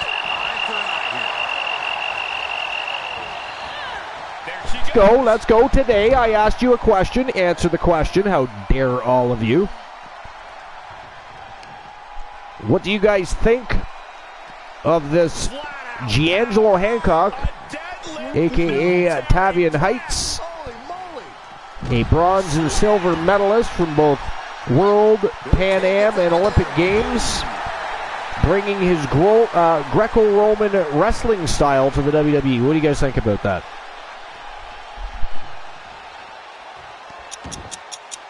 And Billie Kay cuts her off. Oh! Under the rope she goes. I think your question is too long. You think my question is too long? Yeah, well, so is my schlong. So I got 2 words for you.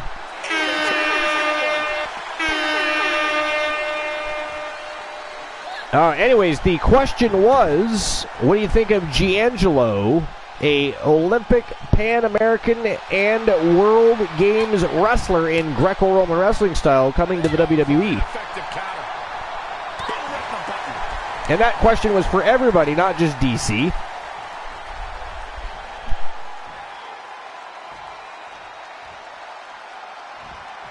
See a complete list of champions from each respective brand, simply type TAB, WCW, or YTB into the chat.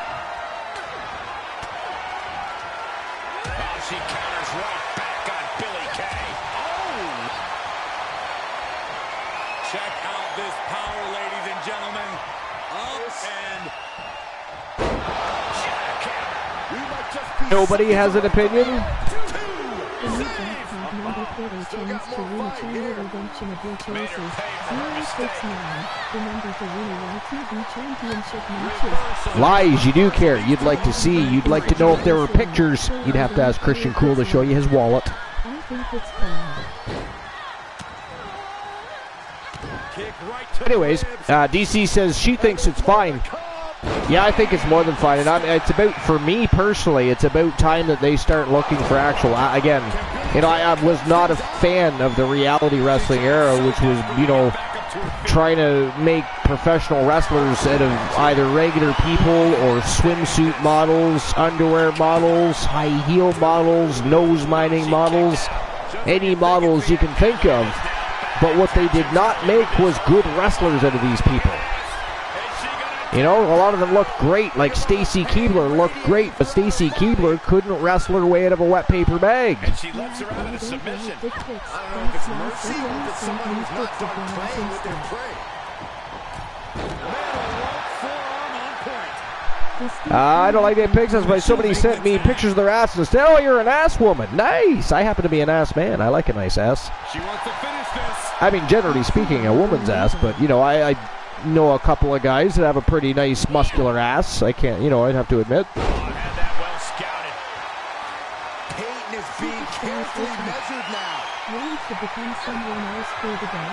Oh, I bet you has a nice ass. We don't ever see it because he's always sitting on it.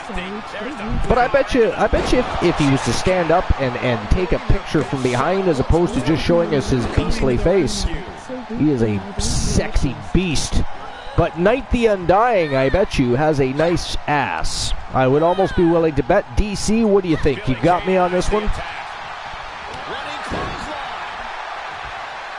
Luke the Gunner says, I can't wear shoes without socks. I see why women do, though. Luke the Gunner, neither can I, so good thing I don't wear shoes. You can see why women would go. Could you explain that, Luke the Gunner? What do you mean by you could see why women would go barefoot? Got the tag. Got the tag. Not sure what you mean. But anyway, Gotta find a way to get out of this. see what else is crack-lacking in the dirt sheets.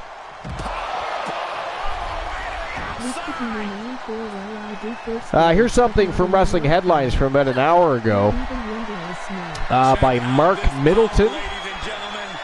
And it says, Vince McMahon's scandal hurt WWE's ability to sell sponsorships. So it says, and again, this is by Mark Middleton, WrestlingHeadlines.com. Oh, ladies and gentlemen, that is it. That is all the winners of the match. And walking in to Slammiversary with bragging rights, the Wolfpack Gals The Anomaly, Tia Stevens from Team Taliana Pierce, and of course from Team Distinct Cone, the winningest superstar in Archerverse history, the Viking, Rose Brewer. And again, they are the Wolfpack Gals, and man, since they formed their team, have they ever been on a tear. They've already been YTD Academy Women's Tag Team Champions. They are gunning to get back into that Tag Team Championship spotlight, whether it be YTD, whether it be the Archerverse Wrestle Wars. Hell, they don't care if they got to go all the way to Starrcade to win gold. They want it. They want it now. They want to be, Slammiversary right around the corner, and you just know that the Wolfpack Gals are going to be gunning for somebody's championship gold. Who's it going to be? Who are they going to choose? Maybe they choose all of them. Probably not all of them. I doubt they're going to be booked in 3 matches. But who do you guys think? That's a good question, actually. Or here's 2 questions in one. Who do you guys think DC and, of course, the Wolfpack Gals choose to challenge sometimes at Slammiversary? Or who do you think they should challenge? Should they challenge the YTD Tag Team Champions? Should they challenge the Archerverse Wrestling World Tag Team Champions? Or perhaps not even in anything to do with the tag team division. Maybe she should go all the way to Starrcade and challenge a champion there. I don't know. What do you guys think? I mean, let's face it, Rose Brewer is pretty much a mainstay and synonymous, much like Elijah Archer, with the Archerverse Wrestle Wars. Ooh, Faces of Fear, says Leota King. Now, of course, they're probably going to be facing champions, so do keep in mind they're going to be looking to challenge champions at Slammiversary.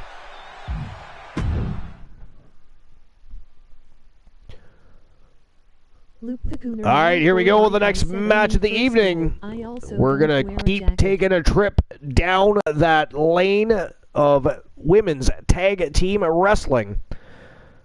And up next, it is Chyna and Mickie James, Hardcore Country, challenging the New Millennia, Alice and Akira Blade, and of course, one of the most winningest tag team champions in the women's division in the most recent era, from Team Joe Link, representing the Outcasts, Dangerous, Amber Extreme, and Britt Baker, Dr. Britt Baker, DMD. And this is a triple threat tornado tag team matchup. Single fall wins it all. What do you guys think? Who walks out with the W here? And I know that the betting lines have been open, so I will open the betting line in just a moment. I do have to actually issue the payout from the last match anyway, so just give me a moment while I do that.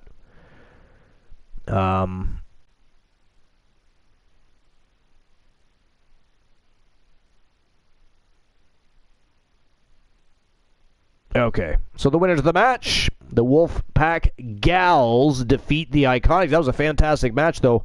That was no walk in the park. I mean, as great as the Wolfpack Gals are, the Iconics, a tremendous, tremendous tag team, and it was a fantastic match. All right, there we go. Let's get the new betting line open.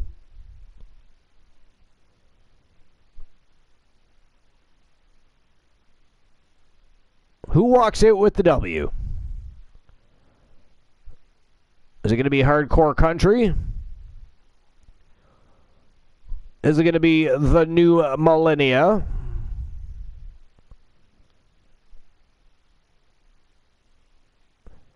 Or is it going to be the Outcasts? Or, sorry, the Outlaw. I called them the Outcasts. Woo! Joe Lake, I just renamed your team, buddy.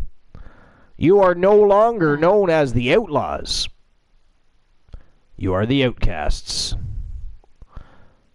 I'm just kidding. We are not changing the name of one of the greatest tag teams in pro wrestling. Not happening. All right, 5 minutes to make your bets. Is it going to be Hardcore Country, the New Millennia, or the Outlaws? Those are your choices. And the betting lines are now officially open. So go ahead and bet your vehicles. Get those pink slips out. Bet your mortgages. Put your wives on the line, if you will. But put your Archerverse bucks where your mouths are. Who's it going to be? Who's walking out with the W? Hardcore Country the New Millennia, or the Outlaws? Let's go. We're going to find out.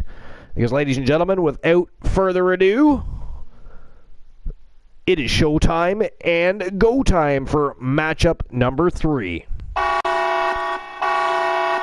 Let's go! All right. Back to the article I was just about to read. And then I do have to take a short bathroom break.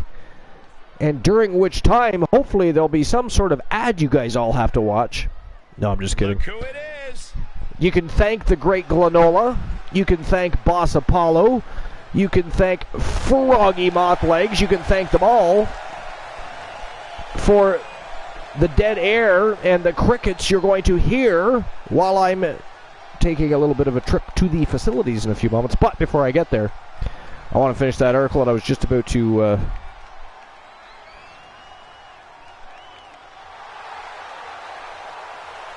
have a look at here. Give me a moment. All right, so it was WrestlingHeadlines.com, and it was Mark Middleton, and it was Vince McMahon's scandal hurt WWE's ability to sell sponsorships. So the scandal that led to the retirement of the former WWE chairman and CEO Vince McMahon hurt the company's ability to sell sponsorships. WWE Women's Chairman and CEO Stephanie McMahon and co-CEO Nick Khan appeared at the Wells Fargo TMT conference with analyst Stephen Cahall on Wednesday in Las Vegas. Brandon Thurston of WrestleNomics reports that McMahon talked about how they are once again seeing positive momentum with the sponsorships after a previous pause.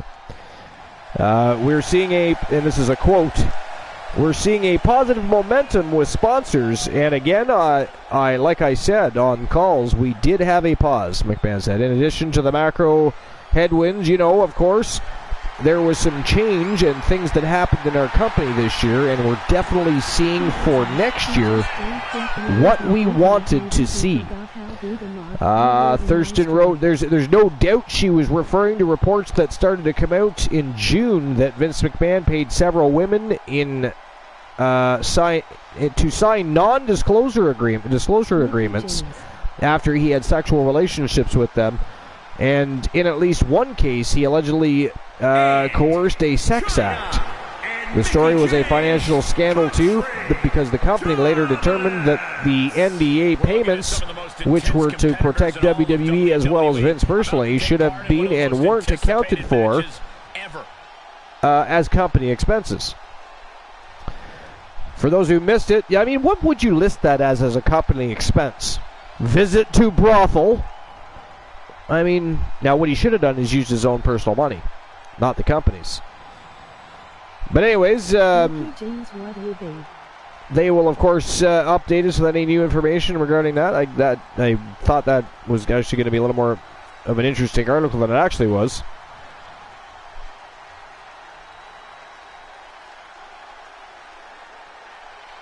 All right. So anyways, yeah, not what I thought it was going to be. But anyways, ladies and gentlemen, Mad Dog says, Mickey James, what a babe. You damn Skippy, she's a babe. But anyways, I have to take a quick trip to the facilities. And again, as I have been left all by my lonesome by all of my co-hosts, our great community members, and community members have decided that we were not worthy of discussion this evening. But anyways, what do we say to that, ladies and gentlemen? That is what we say. That is what we say. We are here to have a good time, to have fun. Part of a fam jam we are. Everybody should always be excited to entertain one another. But anyways, I'll be back. Shan't be long. Enjoy the match. And unfortunately, the dead air time. Tornado tag with multiple teams facing off. Things are going to get frantic fast. Whatever team comes out of this with their hand raised is going to make a strong case for being the best in WWE. Knockout punch. Oh, man. Boom. Bang right in the face.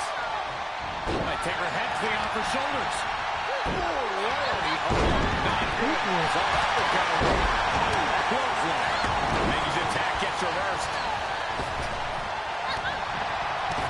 Reversal! What a counter! Punch! Well measured. He is just desperately trying to fight out of it. Russian leg sweep. There they go. Quick thinking from China. Flying forearm connects. She turns it right around with a counter. Wrist trap. And now a series of stomps and kicks. Counters. This could be an opportunity. Oh, it didn't go as planned there. Oh, hard impact in the corner. What are we going to see here? She's sent to the outside. Elbow smash. What a counter. Oh, a forearm smash. Oh, look at this. And I heard Archer announce that the customer was responsible for messing with names on the Ouch. cover. Turned that one around. She's starting to look concerned. Ooh, catches him with the cutter. Left shot hits the ribs. Oh, that backfired out. Ooh. Counter. And now there's an opening. DDT.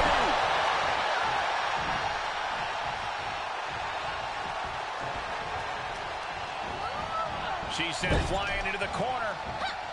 She avoids the attack completely. And destroyed. Swinging neck breaker. Hardcore country. Waist slip. Yeah, rough power there. Buster. Saw it coming and got out of there. I have Mitchell James here. She counters right back on China. And setting up and a kick. Nothing's my order. Oh, what a really great swinging neck breaker.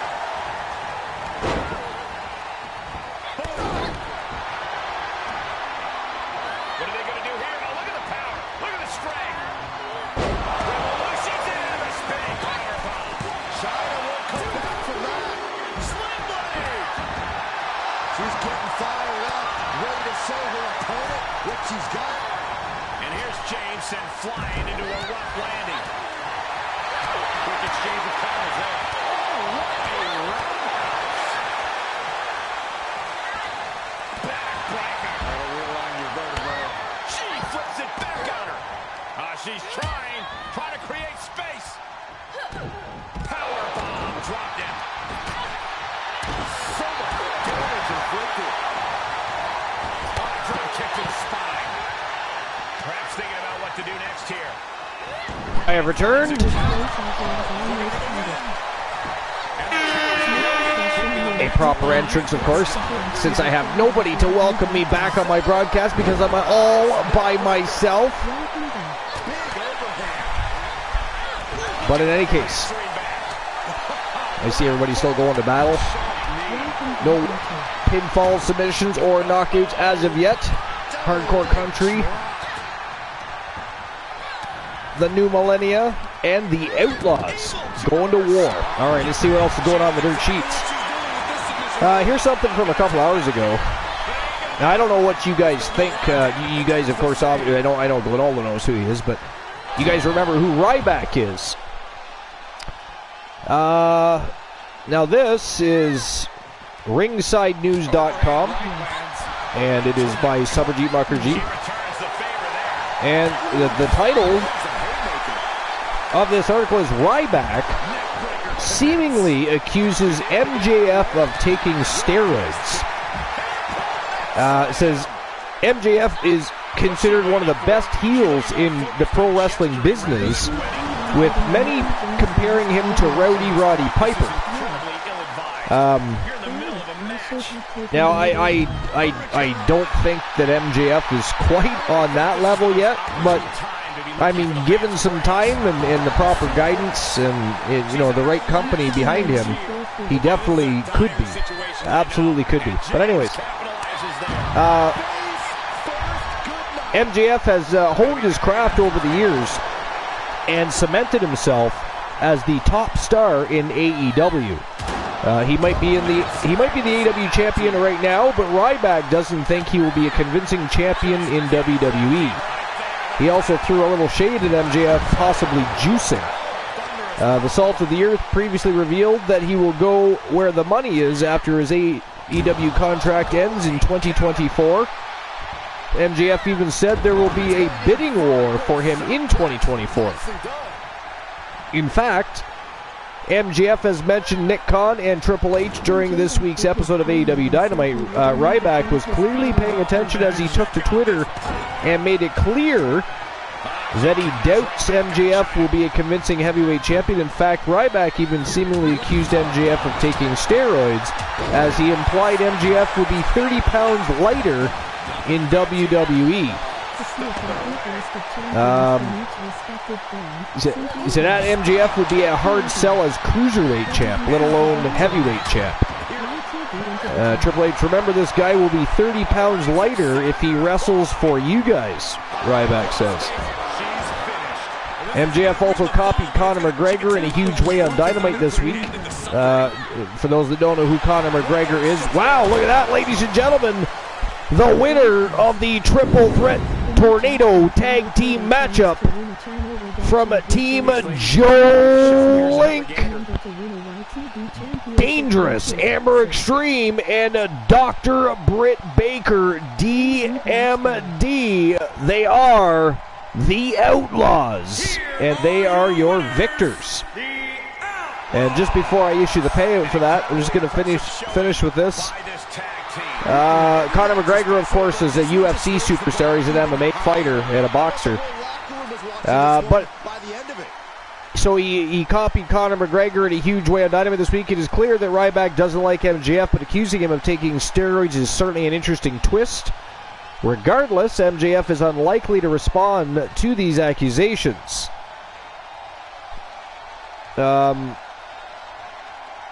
Yeah, I'm not sure what they mean by he copied Conor McGregor in a huge way on Dynamite this week, as unfortunately, well, not so unfortunate for myself, of course.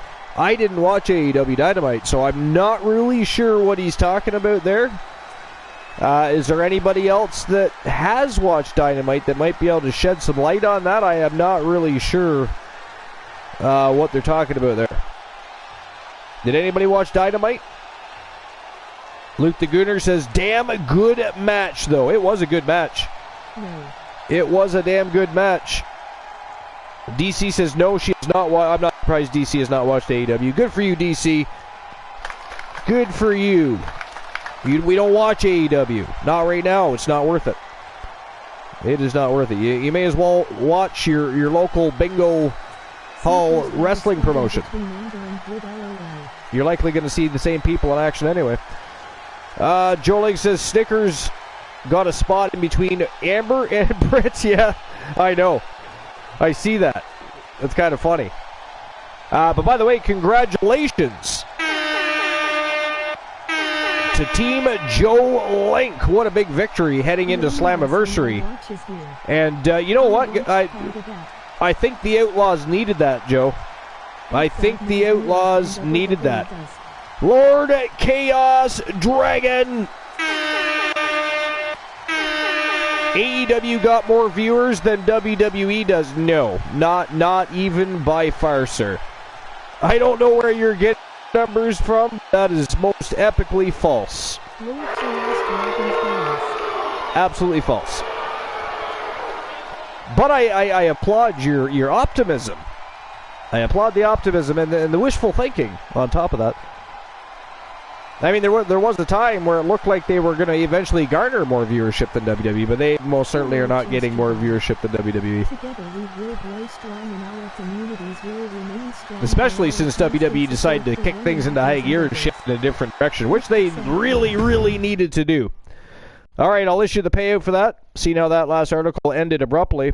didn't even explain what the hell. Speaking of MJF, that is our next match of the night from Team Luke the Gooner 94. It is the Gooner, Luke Bomber, taking on MJF, who recently formed a tag team with William Regal. They've been ripping up the scene in the tag team division, became double champions. It's been absolutely insane. But tonight, MJF wants a piece of the Gooner. The Gooner stepped up to the plate, says hell to the yes, didn't even hesitate, signed his name in blood on the dotted line, which was rather ghastly, a little bit gross. But, you know, I get it. He's a warrior. He's trying to make a point immediately to MJF that he is willing to bleed to beat him. But what do you guys think? MJF or the Gooner? That's your option right now. Actually, it's not your option at all right now. I haven't opened the betting line, but it's going to be your option in a moment. I don't think. Outlaws were the victors of the last match, so there we go. The payout has been issued. And I'll get the betting line ready right now for the next match. Who walks out with the W?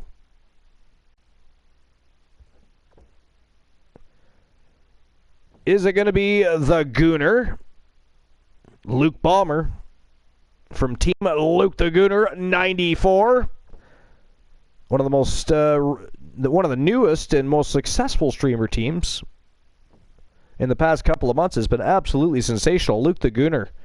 Like, congratulations on your success. It's been phenomenal to watch. And the Gooner, by the way, is awesome. I happen to be, and I'm not biased. I'm, of course, going with the Gooner on this match. But, okay, maybe I'm a little biased. I really do like the Gooner. He's an awesome character. He's a great wrestler. Or is it going to be Maxwell Jacob Friedman? MJF. 5 minutes to make your bets, as always. I like the one in blue, so I'll say him.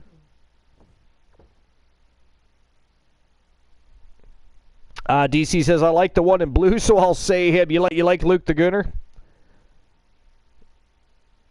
Joe Link says, MJF the Devil. All right. Betting lines are open. Put your Archivers Bucks where your mouth is, but who do you think is going to win? It is Falls Count Anywhere, 1v1. The Gooner versus MJF.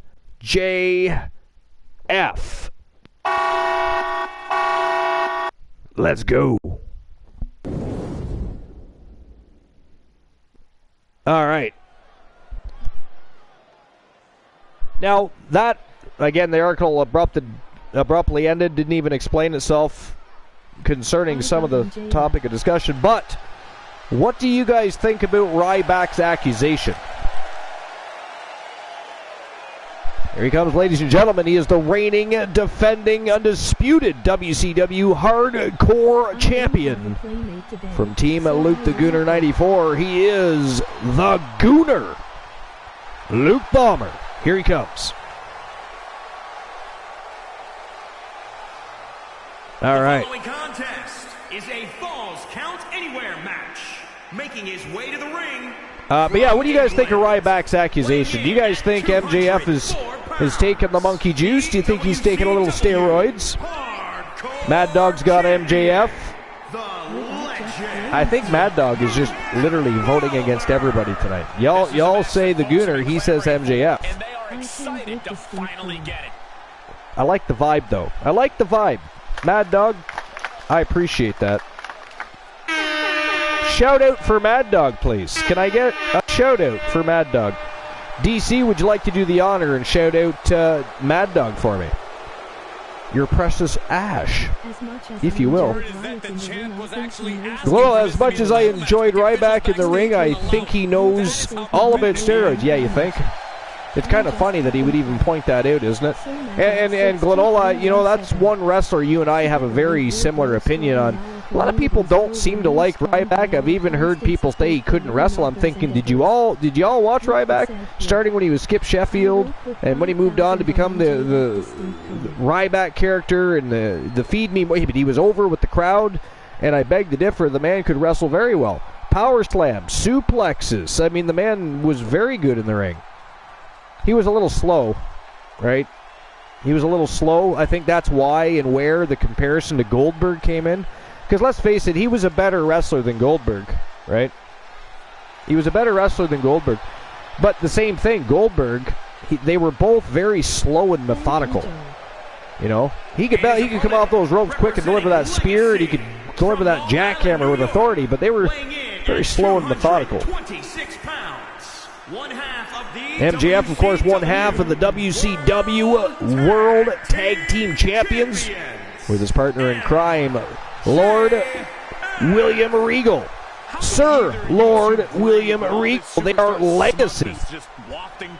But tonight is not about tag teams. Tonight is about MJF wanting a piece of the hardcore champion. Tonight is about the tag team champion wanting to take out the hardcore champion. He wants a piece of the Gooner. And he's going to get it. The Gooner is always ready to go to war. But anyways, yeah, do you guys think MJF is on steroids? I got to be honest, I really don't. I really, really don't. I think he's in very good shape. I think he's buff. But I think if he was on steroids, he would be popping a lot more than he is. I think most right? are.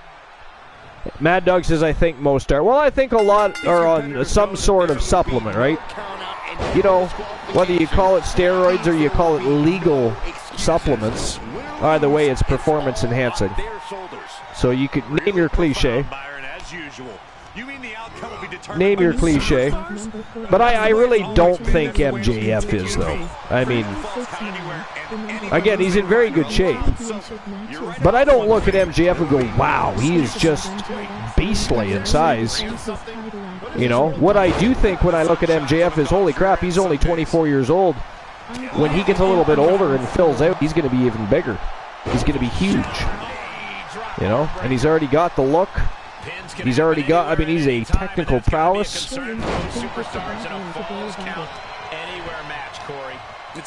I don't think he's got very good striking skills. I think that's what's lacking with MJF, actually. Does anybody else back me up on that? When you're watching MJF wrestle, you know, when it comes to the technical aspect, he's very, very slick. But when he starts to punch and kick and that sort of, when it comes to the striking aspect of MJF's game, I find it very weak. I find it very weak. You know, a lot like a John Morrison kick. John Morrison is one of the only people that can't sell a kick. Are you surprised, Byron? Oh, it is no to squawk. Oh, look at this, Elijah Art. Ooh, MJF tried to greet Archer. Archer and MJF have a history that goes back several months. My question is he out here just to kick the crap out of MJF, or does he have a... Is there a... Look, he's just walking off. I was going to say, is there a link, is there a correlation between him and the Gooner? Wow. A walk-off powerbomb. I mean, he came, he saw, he whooped that ass, and now MJF is in all kinds of trouble. The Gooner going to take full advantage here. Going to take full advantage. Joe Link, I wish I could tell you, I had no idea that he was going to be doing that. I mean, he is in the building. He does have a match later tonight. I did not know that was going to happen, though. I don't know that either. Very good question. It was a very savage thing to do. Outside the ring specifically. Goes under the ropes to get back inside. DC says, now I know why Archer said what he said. Oh, did you look up MJF? Is that what you're talking about? Did you look up MJF? How dare you keep it? He got close there. It could be do or die time. This is what you call high risk, high reward. Incoming. But anyways, MJF, as far as that goes, Joe Link, what do you think? What are your thoughts on that? Boss Apollo, I know you're listening. When you get a chance, chime in on that, would you? What do you think? Do you think MJF is on the steroids? I just don't. I don't believe that. I think maybe Ryback is just a little jealous that it's relevant. Whatever's playing here can't Oh, be that you good. thought the Gunner would win, yeah? What? No, I did not. No, I not. No. No. No. No. How dare you? I did not know Elijah Archer was going out there. No, I did not. I did not. And out of the ring he goes. No. He leaves the ring and there's no countouts in this one. Incorrect. Misinformation. Joling says MJF promo said he would dwarf Hulk Hogan's reign and Bruno Sammartino. Well, you know what, though? Here's the thing. He could do that. And listen, as long as MJF keeps his head cool, and again has the right company backing him, because I don't think AEW's... They're just... If MJF goes to WWE and follows the proper guidance and does what he needs to do, keeps a cool head, that dude is definitely the future of the World Championship division. I disagree with Ryback on that. I don't care what company he's in, he's going to be world champion. But I do believe he could have a lengthy... I'm not saying it's... You know, I don't know if he could have a Roman Reigns run. Right? I don't know if he could have a Roman Reigns run. Maybe with multiple championship reigns combined. I think the Roman Reigns run is unique. I think you're not going to see that again for a very long time. Right? They're not going to duplicate that anytime soon. Not anytime in the next 50 years, probably.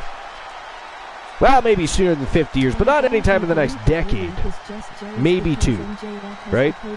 That's going to be something they hang on to for a while.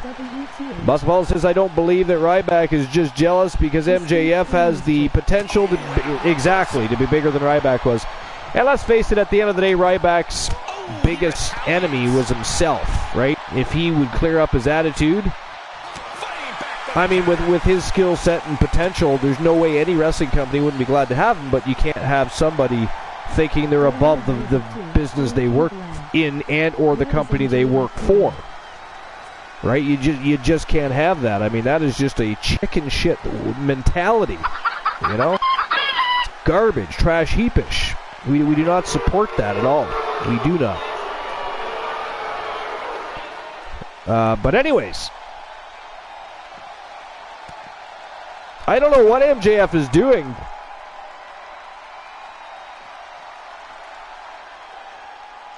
I think he is stuck on the barricade. It's a very interesting situation. Oh! Big right hook from MJF, though.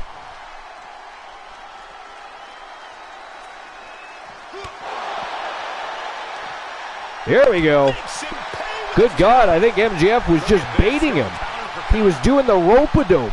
Except for, you know, I think he's a bit of a dope because I don't think he understands they were outside of the ring. That was a barricade. That was a barricade of dope. A little bit crazy, but I got to be honest, it worked. He is actually coming out on the upper hand of this.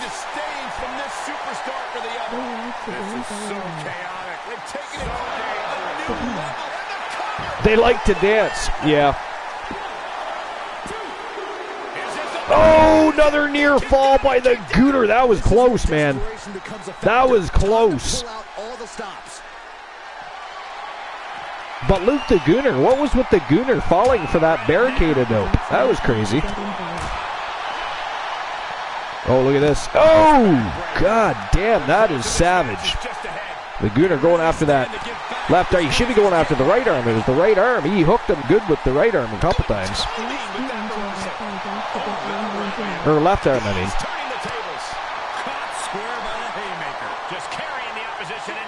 Oh, the Gooner slams him spine first on top of the barricade. The very barricade. He tried the barricaded dope routine. Mad Dog says, let's go, MJF.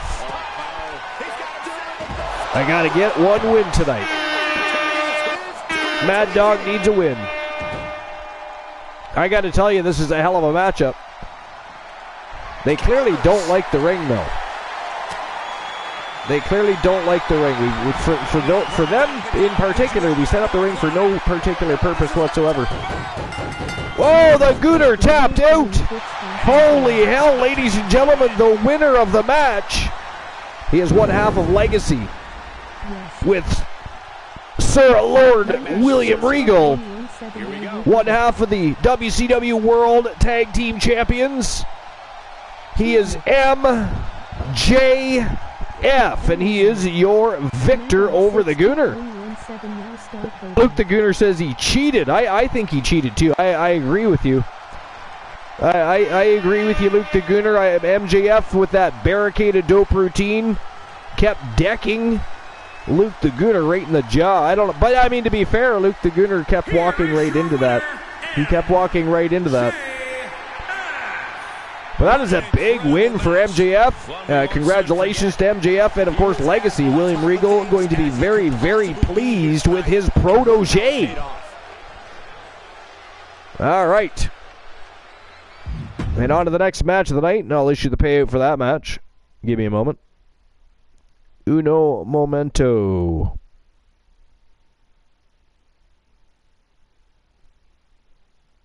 All right. So the victor was MJF. And 12,000 Archerverse bucks are being dispersed right now. All right, ladies and gentlemen, the next match of the evening, a trip to the men's tag team division.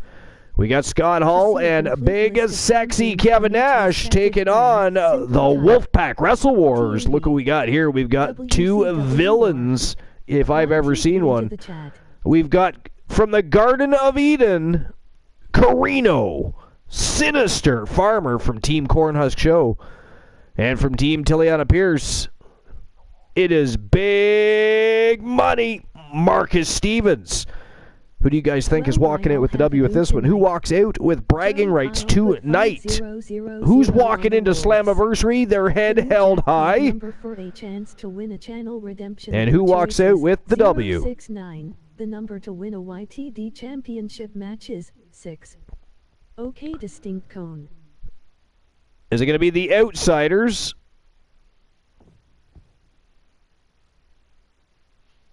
Or the Wolfpack? 5 minutes. 5 minutes to make your bets. Play.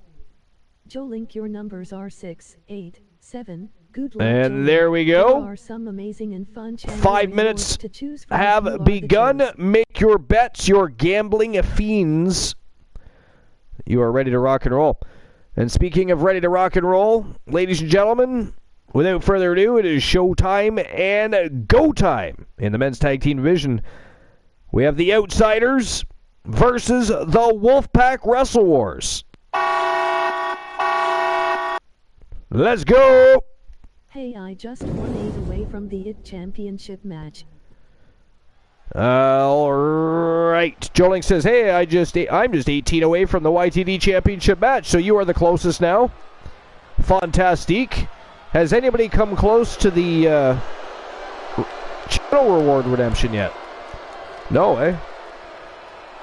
Those low numbers get everybody.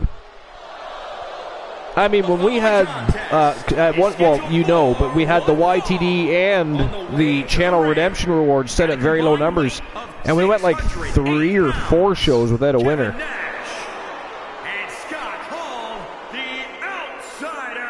So currently Joe Link is in the lead for the YTD Championship opportunity.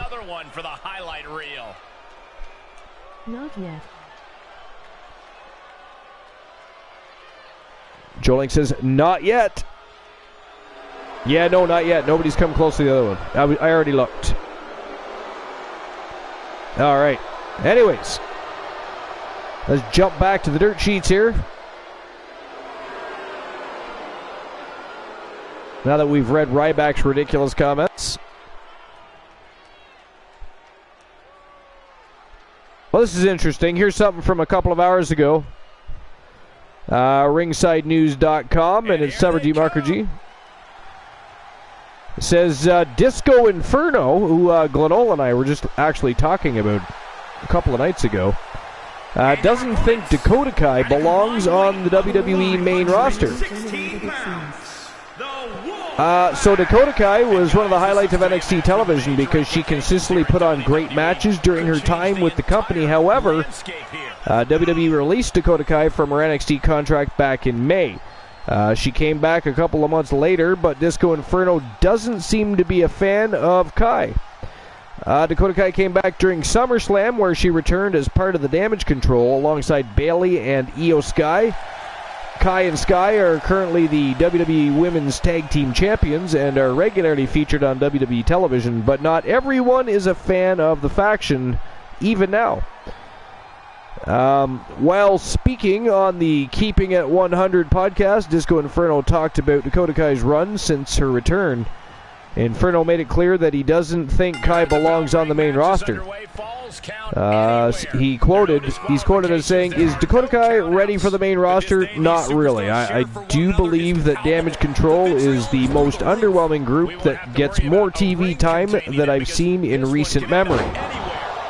Dakota Kai was also in talks with other pro wrestling companies prior to her WWE return. Regardless of what anyone else thinks, Dakota Kai is here to stay in WWE, and that's all she cares about right now. We'll have to see how she will be booked in the coming weeks. What do you guys think? Do you agree with Disco Inferno? Do you guys believe Dakota Kai belongs on the main roster, or do you think she should be back in NXT? Sound off. He's tagging out. Joe Link, what about you? You think Dakota Kai is where she belongs, or do you think she belongs in NXT?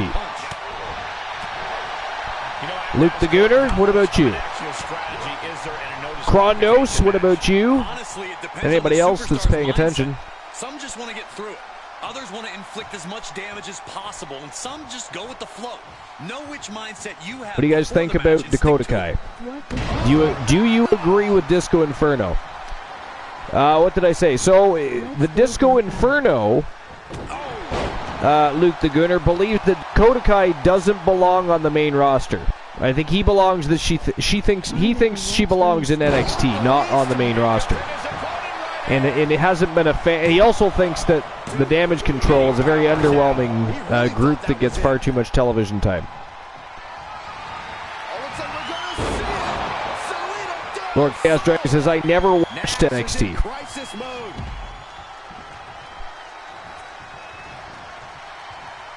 Mad Dog says, "Let's go, bad guy." Let me guess, you voted for the Outsiders.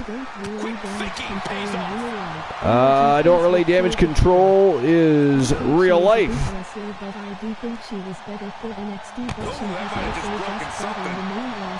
Joe Link says, "I think she's a good wrestler, but I do think she was better for NXT. She has also just got on the main." Yeah, that's the thing. Like, she hasn't even been on the main roster that long, right? You don't really like Damage Control? I don't really like Damage Control either, I'll be honest. Mad Dog says, "Can't believe he's not with us anymore." Yeah, I know. That sucks. It really does. That was a big loss to the pro wrestling community. I'm not a Bayley fan. I mean, I think Bayley's good in the ring. She's never really done anything for me personally that draws me in as a fan of her specifically. You know, I don't get excited because Bayley's coming in, for instance. You know, I just, if she's in the ring wrestling somebody, okay, cool, because she can go. She's a good wrestler. But I just don't think she's that entertaining. Joling says, "So I like to give her a chance, but she was better on NXT." Luke the Gunner says, "Heel or face, just can't get into her." Mad Dog says, one of my favorites growing up. Yeah, me too. Razor Ramon, of course. Well, I mean, I saw him. He was Scott Hall also before he was Razor Ramon. When he first came into the WWF back in the day there, man, he was huge. He actually slimmed down by the time he started wrestling on the main stage. He was humongous. And could wrestle. He was always a good wrestler and a real presence. The Carino Farmer just got dumped right on his spine over that top rope. Big Sexy. All over Carino Farmer at the moment. 1 count only after that. Holy Jesus. I shouldn't be surprised. It is Carino Sinister Farmer, the man from the Garden of Eden. Has shocked the masses more than once in his pro wrestling career. Luke the Gunner says, I think Dakota Kai is good, though. Yeah, I think she's good, too. I'm not sure. Until she's on the main roster longer, though. You know what I'm saying? Like as much as I like Disco Inferno, he's making a very early judgment. I mean, she does have to be given the time to blossom, you know? I mean, if she doesn't do that, then we can say, okay, you know, she doesn't have the entertainment value to be on the main roster, but she's a good enough wrestler to be on NXT. Right? Because NXT doesn't, you don't necessarily, well, I mean, you do need to develop it. It's normally how one gets to the main roster, but I don't. Luke Buhner says I don't very good. Damage control. Yeah, we already touched base on that. Mad Dog says, "What Bailey? Don't get me started on that one." Well, what's your opinion of Bailey, Mad Dog? What do you think about Bailey?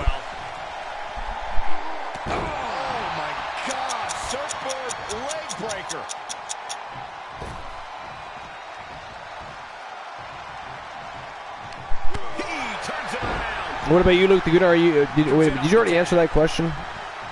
Who was it that said they didn't really like Bailey? Was that Luke the Gunner?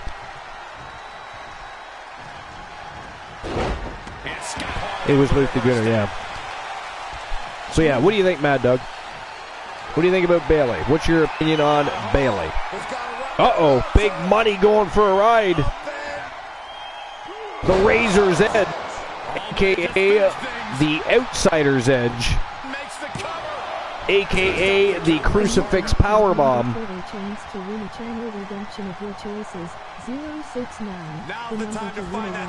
Reno Farmer interfering, doing his job as a loyal tag team partner, but Scott Hall still in control. Mad Dog says, I can't say crazy will go crazy on me, and not in a good way. Oh, see, Mad Dog, ladies and gentlemen, thinks Bailey's a little bit sexy. Mad Dog would like to get in, you know how some people will kick somebody out of bed for eating crackers? Well, he would let her eat Sloppy Joes and would even wrestle in that Sloppy Joe with her.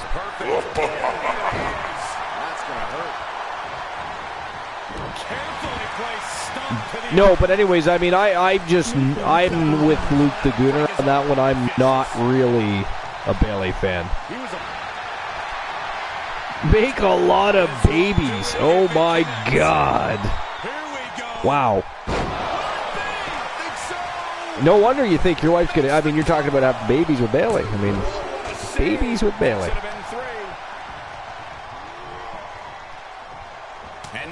All right. So anyways, I just thought that was interesting, but... And just like that, he sent crashing to the floor. Oh, interesting. Apparently, CM Punk's dog was injured. Here he comes off the tag. Here's something from Ringside News from a few hours ago. CM Punk seemingly confirms report about his dog Larry getting hurt in an AEW All-Out Brawl.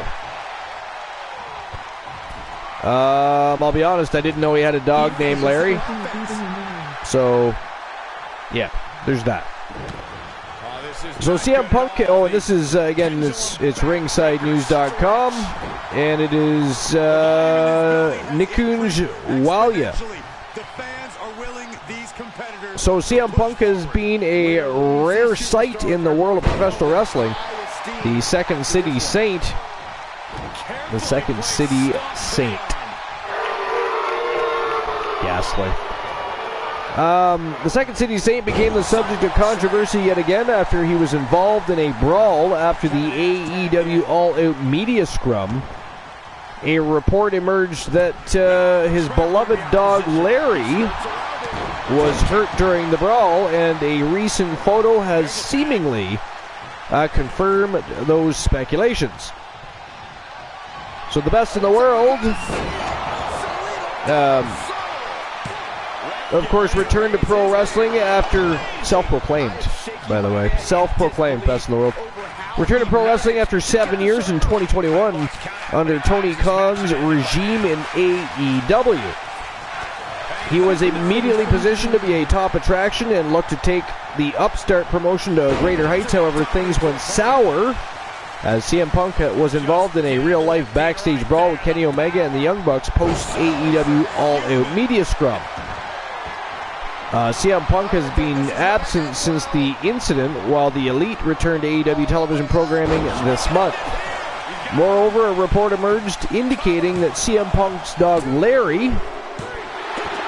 Wow, look at that, ladies and gentlemen, the winners of the match... Scott Hall and big, sexy Kevin Nash, the Outsiders, are victorious over the Wolfpack. All right. I'll issue the payout for that. Just give me a moment. Then you know what? I'm going to finish this article first, then I'll issue the payout. So yeah, Larry was hurt during the All-Out fiasco. The report has seemingly been confirmed by Punk himself, who posted a photo of Larry visibly missing teeth. They have been believed to be knocked out during the brawl. Punk revealed this by posting a photo on his Instagram story. It says, while CM Punk is still still off AEW television programming, Kenny Omega and the Young Bucks made their return from suspension at AEW Full Gear. Their return was showed with negative CM Punk chants, was showered with negative CM Punk chants. The trio mocked Punk following a week in his hometown of Chicago, with the crowd still in support of the two-time AEW World Champion. And that is all there is to that article, but I am looking at a picture of Larry. And yeah, it does look like he's missing some teeth.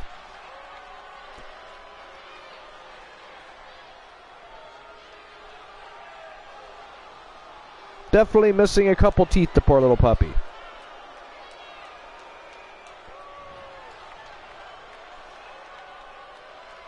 And the other thing is Larry looks a lot older in picture, the picture with missing teeth, than he does with the picture with all of his teeth, so there's that too. I don't know. That could have been posted. I don't know. I don't know. But I guess neither here nor there. A puppy was injured during a fight between AEW and the Elite. CM Punk and the Elite. Well, CM Punk thought he was AEW, so that was kind of fitting that I said that, to be fair. Alright, so I'm going to issue the payout for the last match. Joe Link says Marcus is taking a beating in the ring. Second City Saint. Yeah, I know, I found that amusing too. The media scrum is still probably a work. Yeah, probably. They still think it is a build-up to something later on. Yeah, I assume as such. They won. All right. So congratulations to big sexy Kevin Nash and Scott Hall, the Outsiders, victorious over the Wolfpack. Wrestle Wars. Next match of the evening, it is the Anarchists from Team Kraken Skulls. It is the Nightmare Damien and, of course, his partner in crime, The Fiend, taking on the Brothers of Destruction, The Undertaker, The Phenom, and his little brother Kane. Who do you guys think walks out with the W in this one? Who walks out with the W in this one? And I got to issue the payout first, so give me a moment.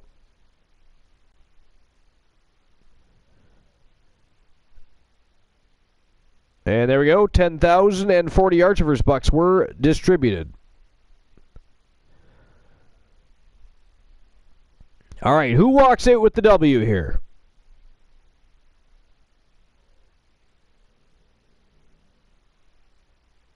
Is it going to be the Anarchists?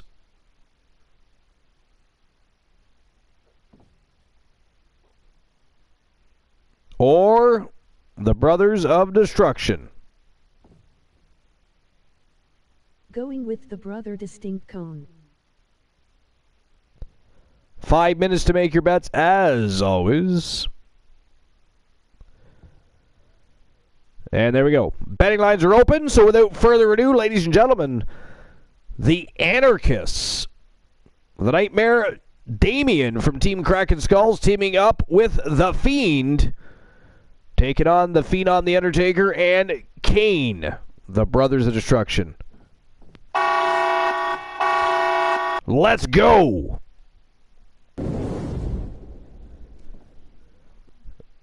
All right. So, here's something else. Now, this is from just 6 hours ago. Another article concerning William Regal. It says, William Regal believed to be leaving AEW. And this is ringsidenews.com this time. H. Jenkins is the person that published the article. So William Regal helped MJF win the AEW World title at Full Gear, and then the Salt of the Earth turned on him this week for his troubles. There could be a big offer from Regal from WWE, and Tony Khan might have written William Regal off television with his shocking booking decision. Sean Sapp reported behind Fightful's paywall that William Regal could already be on his way out. At this point, AEW talent are under the belief that Regal is out of the company after this week's episode of Dynamite. The situation is still playing out and there will be updates, but Triple H taking over WWE's creative control certainly could open up a big role for William Regal within the company. We'll have to see how this situation plays out, but there is some serious fire to the smoke behind William Regal's situation with AEW. But what do you guys think? For anybody that didn't answer that question earlier, what do you guys think? Do you guys think William Regal is leaving AEW and going back to the WWE? Personally, WWE is his home, so I think it's fitting, but Joe Link is going with the Brothers of Destruction.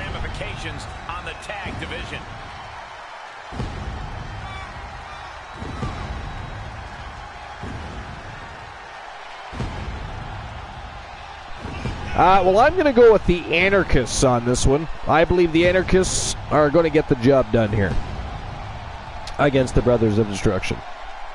I mean, I've been wrong before. We all know that.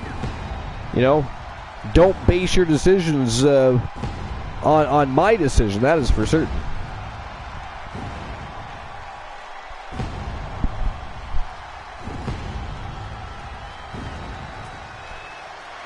All right, so here's something interesting from a few hours ago as well. And again, ringsidenews.com. And this time, Summer G. Mukherjee. It says, Chris Jericho verbally thrashed Vince McMahon for wanting to strip him of WWE Undisputed title. Now, there was, I remember, you know, we were talking not long ago, and we were reading an article concerning certain people being able to say and do certain things that nobody else could, Shawn Michaels being one of those people. Apparently Chris Jericho also one of those people that could pretty much get away with anything they wanted, as far as what they could or could not say to Vince McMahon or about the company, etc. But anyways, so Chris Jericho has worked hard to establish himself as one of the most well-respected wrestlers in the pro wrestling business.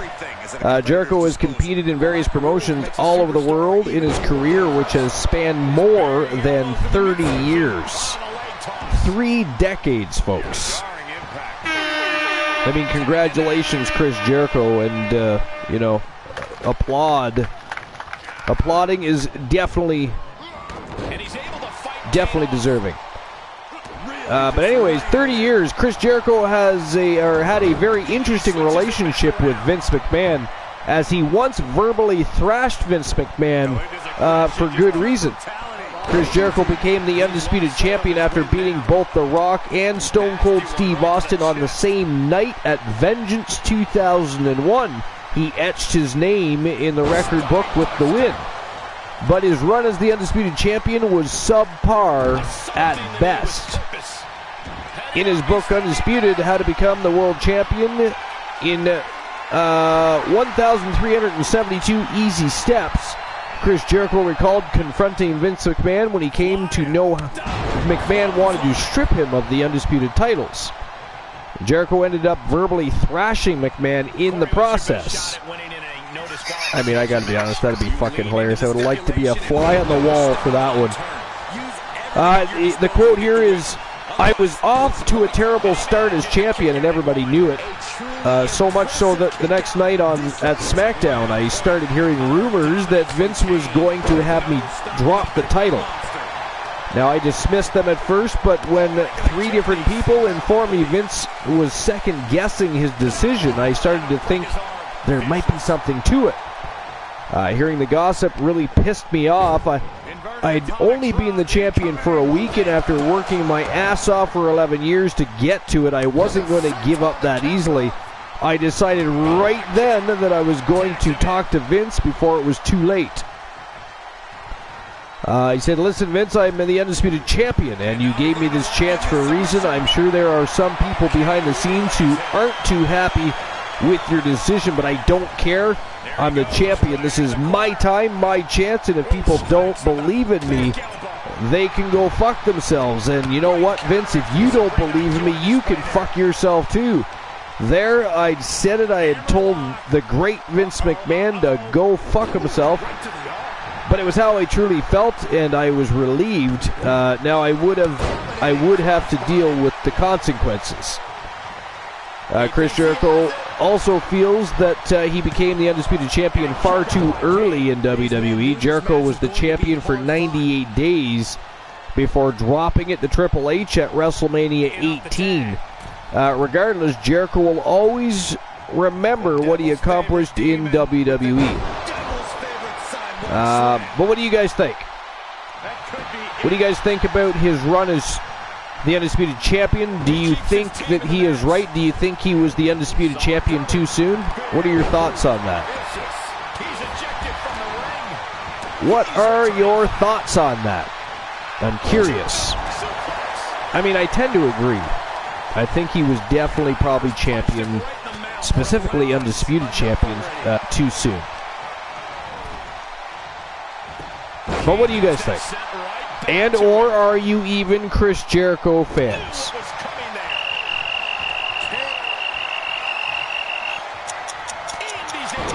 I mean, I've always been a Jericho fan.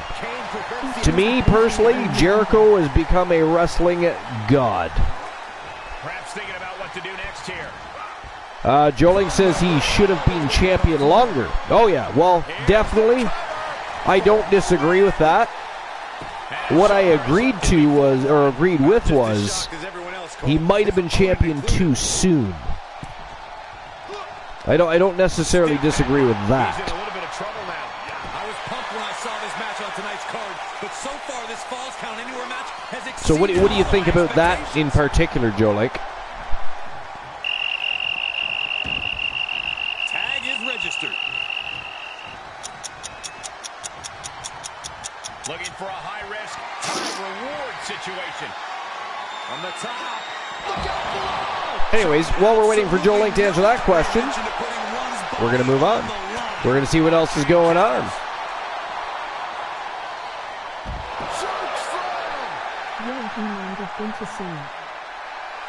Well, here's something from a few hours ago.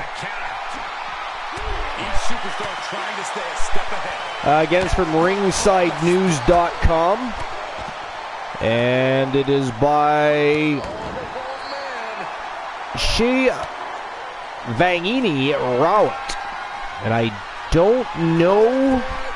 I actually do think we've read at least one article from this person. I can't quite recall. Oh, look at that, ladies and gentlemen. That is it. That is all. The winners of the match from Team Kraken Skulls.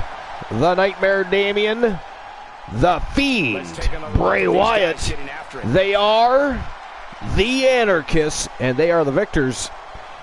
And I'll go ahead and issue the payout for that in just a moment. Give me a moment while I do that. Uno momento while I take care of business.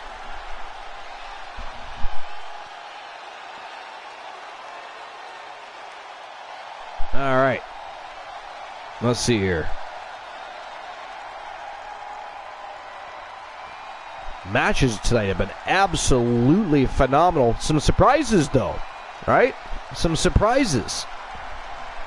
I mean, I did not see the Outsiders winning their matchup. I mean, we saw Luke the Gooner defeated tonight. We saw Phenomenal Soul come from behind and make the comeback of a lifetime to beat the Bloodline. I mean, what a night this has been. It's been an absolutely smoking hot night of in-ring action. All right. And by the way, congratulations to all the winning teams tonight so far.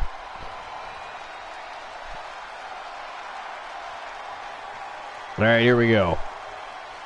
Winners of the match, the Anarchists. And 10,040 Archerverse bucks being... That was the exact same amount of Archerverse bucks as last time. That's kind of funny.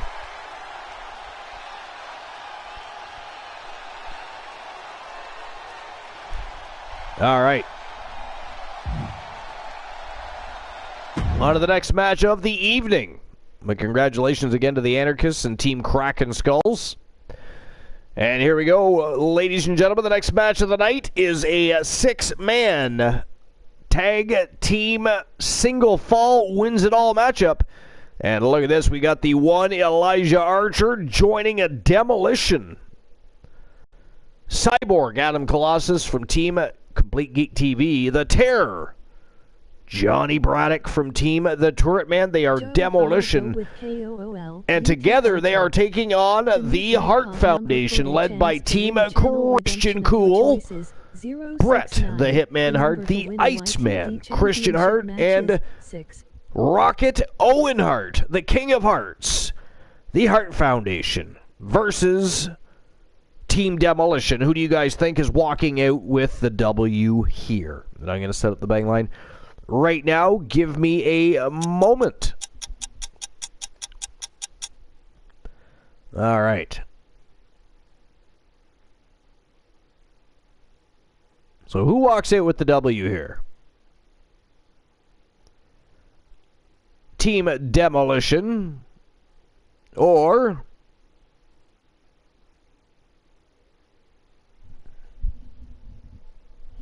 the Hart Foundation?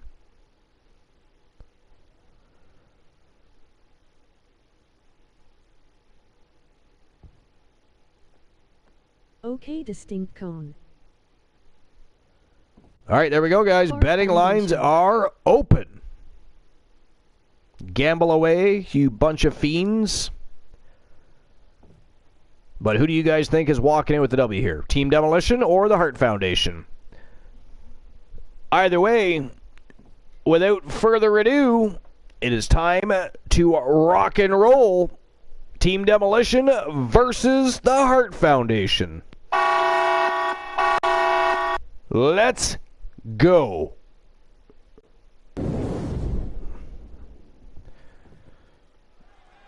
All right, and back to that article I was about to read. They are ready for a fight. So again, it was Stephanie McMahon plans to bring WWE Stadium event to Australia. Oh, they're no strangers to going to Australia and putting on big events. I mean, they've had the what was it called? Was it called Super Showdown? Joe Link, was it called Super Showdown? Or Luke the Gooner, or anybody else that might know that can fact check me? I feel like the Glenola's going for the Fart Foundation. Brett the Wetman Fart. In competition here. You can see exactly why the WWE All right. universe is so amped up. Appreciate your opinion there, Glenola, on the Fart Foundation. But anyways, was the event that they did in Australia called Super Showdown? Is that correct? Can somebody fact check that? And so far there is 10,001 Archerverse bucks in the pool. If anybody hasn't made their bets, get your bets in. You got a chance to get a piece of the pie. A slice of the cake. Take a branch off that money tree, if you will. So, Glenola, have you been entertained enough? Are you excited enough? Is the electricity flowing through the veins of your very being enough to finally join the remainder of the broadcast and entertain the masses? I mean, the Fam Jam has been raising the spirits. Joe Link says, yeah, it was called Super Show. Yeah, I thought it was called Super Showdown. I just wasn't 100% sure. I think, I want to say that Super Showdown was an option to use for an arena in either 2020 or maybe it was 2K18 or 2K19. It was one of those, I think.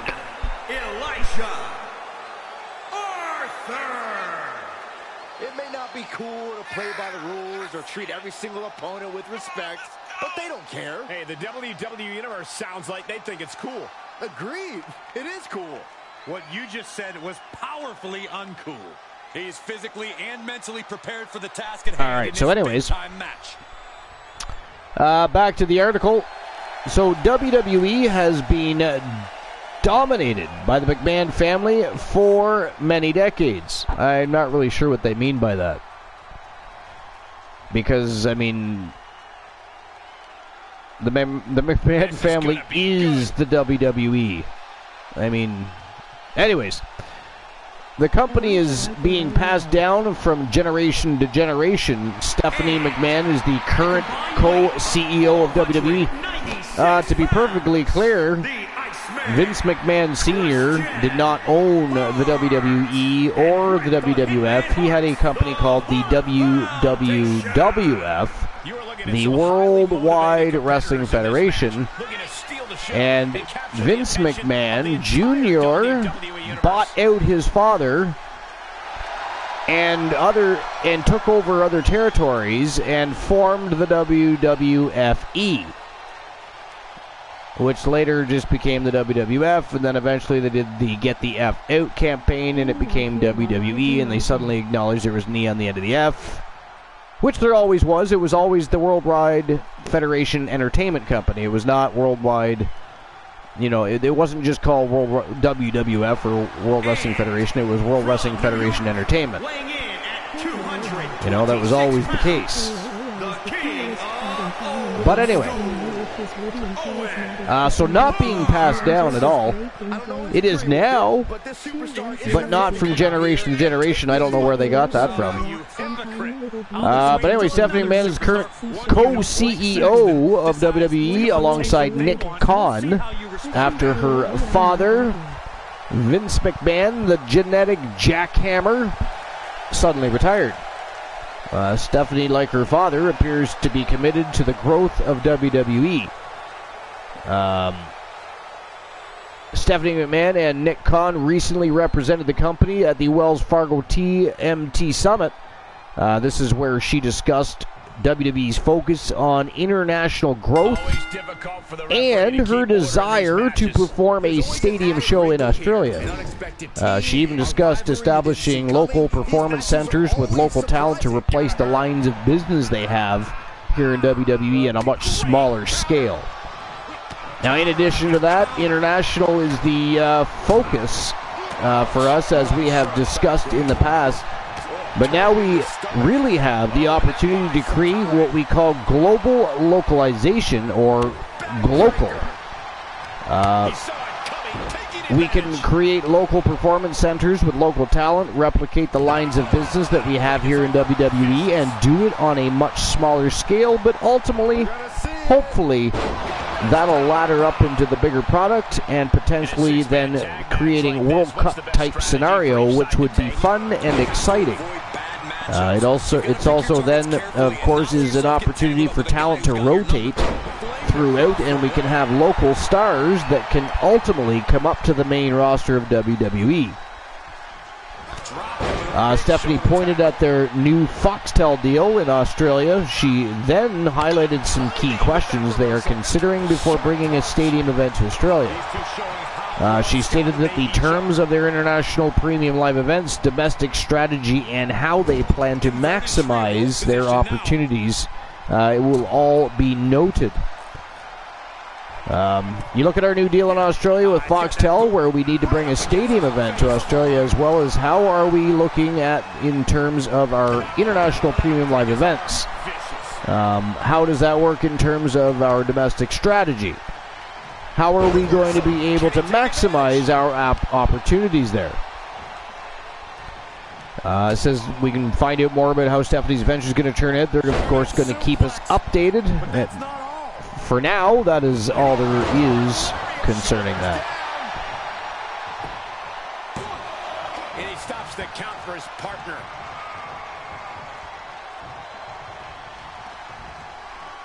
All right, here's something, and probably the last thing from the dirt sheets I'm going to read, because there's really not a whole lot of, there is other news, but nothing real interesting or, noteworthy, really. Tough position to be caught. This is ringsidenews.com again, and written by Manik Aftab. We've, of course, read Manik Aftab's articles before. Not many, but we have. Usually it's Suburb-G, Mucker-G that we read as far as ringsidenews.com goes. Before I get to that, I'm just going to catch up on chat real quick. He knew what was coming. Christian Cool dropping some tiny little beautiful gems. Appreciate that, Christian Cool. Thank you very much. The mayor of Coolville, the leader of the Coolverse, and of course the captain of the Cool Kids. And considering the time of year that it is, ladies and gentlemen, Santa Claus. Thank you for the shout out for Christian Cool, but he actually has his own personal shout out. Booyah! There it is.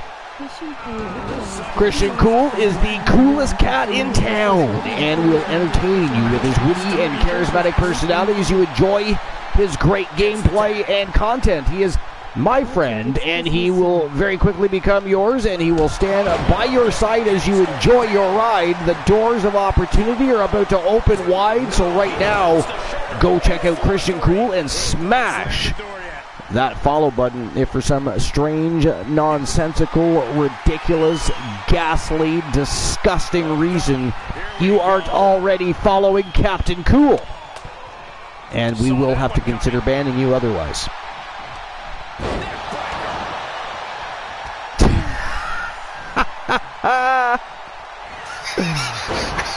DC says, Archer, it's Christmas soon.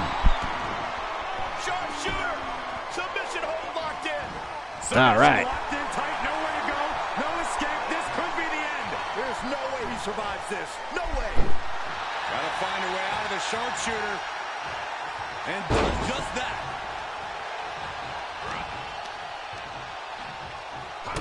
All right. I believe I'm all caught up on chat. So anyways, again, it's Manik Aftab, and this is Adam Page returns during AEW Dynamite. I actually didn't know Adam Page returned. So Adam Page suffered a concussion during his world title match with Jon Moxley during a previous episode of AEW Dynamite, and then forced him to miss several weeks of action. Tonight he made his return to the promotion. Adam Page made his surprise return to AEW during the opening segment, also involving Jon Moxley this week. Mox was in the middle of the promo when the Hangman's music blasted through the arena speakers. Page arrived in the ring and came face to face with the man who inadvertently cost him several weeks of in-ring action. Mox brought up Page's concussion, and the two engaged in a brawl. Officials arrived and tried to separate the two, who took the fight outside the ring. Page and Moxley continued to brawl all the way to the ramp. At one point during the physical confrontation, Mox tripped. And of course, you can actually check out his return right on Twitter if you're interested, or go to ringsidenews.com and you can check out the link from there. Under the ropes and back into the ring. And that pretty much wraps up the Dirt Sheets for tonight, guys. There's not a whole lot of extra real entertaining or interesting information. So the next order of business tonight is going to be our Between the Ropes segment. And of course, I do have a fantastic list for Between the Ropes tonight. And again, it was to commemorate, I didn't end up getting a chance to read the article at the time, but it was actually to commemorate Survivor Series, which was, of course, last weekend. So it does correlate to that. And it is the 10 best main events in Survivor Series history. So I thought that would be interesting to have a look at, and we'll get to that in just a few moments. By the way, what did everybody think of Survivor Series? I know I've asked a few people shortly thereafter when Survivor Series took place, but since we've had a bit of time elapsed since Survivor Series, what did you guys actually think of Survivor Series? Thank you for reading it, Archer. All right, well, you're welcome, DC. I mean, you are a VIP of the Army. How pleasant would it be if I did not read your message? And now might be the time to seize the moment. Now's the time to keep the pressure on. Attentive as well as serenading. Oh, yeah, here we go.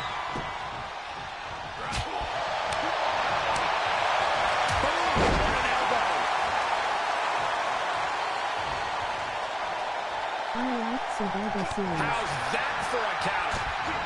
Joe Link says he enjoyed Survivor Series. Well, actually, he says he liked Survivor Series. Thank you, Joe Link. I actually enjoyed Survivor Series myself. Both wrists captured. For me personally, that was the best Survivor Series in probably a decade. You know? I don't know. For me personally, I don't speak for anybody else, but for me personally, that was the best Survivor Series in at least a decade. Joe Link says they opened the show with a bang with the women's, but yeah, that was awesome. I applaud them for that one. That was, and it was a great match, not to mention it. A great match.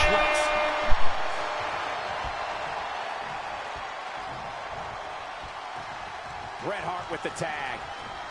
Well, most rated as Christmas thinking it's DC says, well, most read it as Christmas thinking it's to do my dyslexia. I call it Kissmas, and it's not. No, I read it as Kissmas because it is spelt Kissmas. I mean, you know, so there's that, right? But, you know, I get some applause there, right, DC? I get some applause there, yeah? I get applause. I do. I get applause. You know, thank you. I do appreciate money more than applause, but, you know, I'll take what I can get. Christian Cool did already drop 100 tiny little beautiful gems.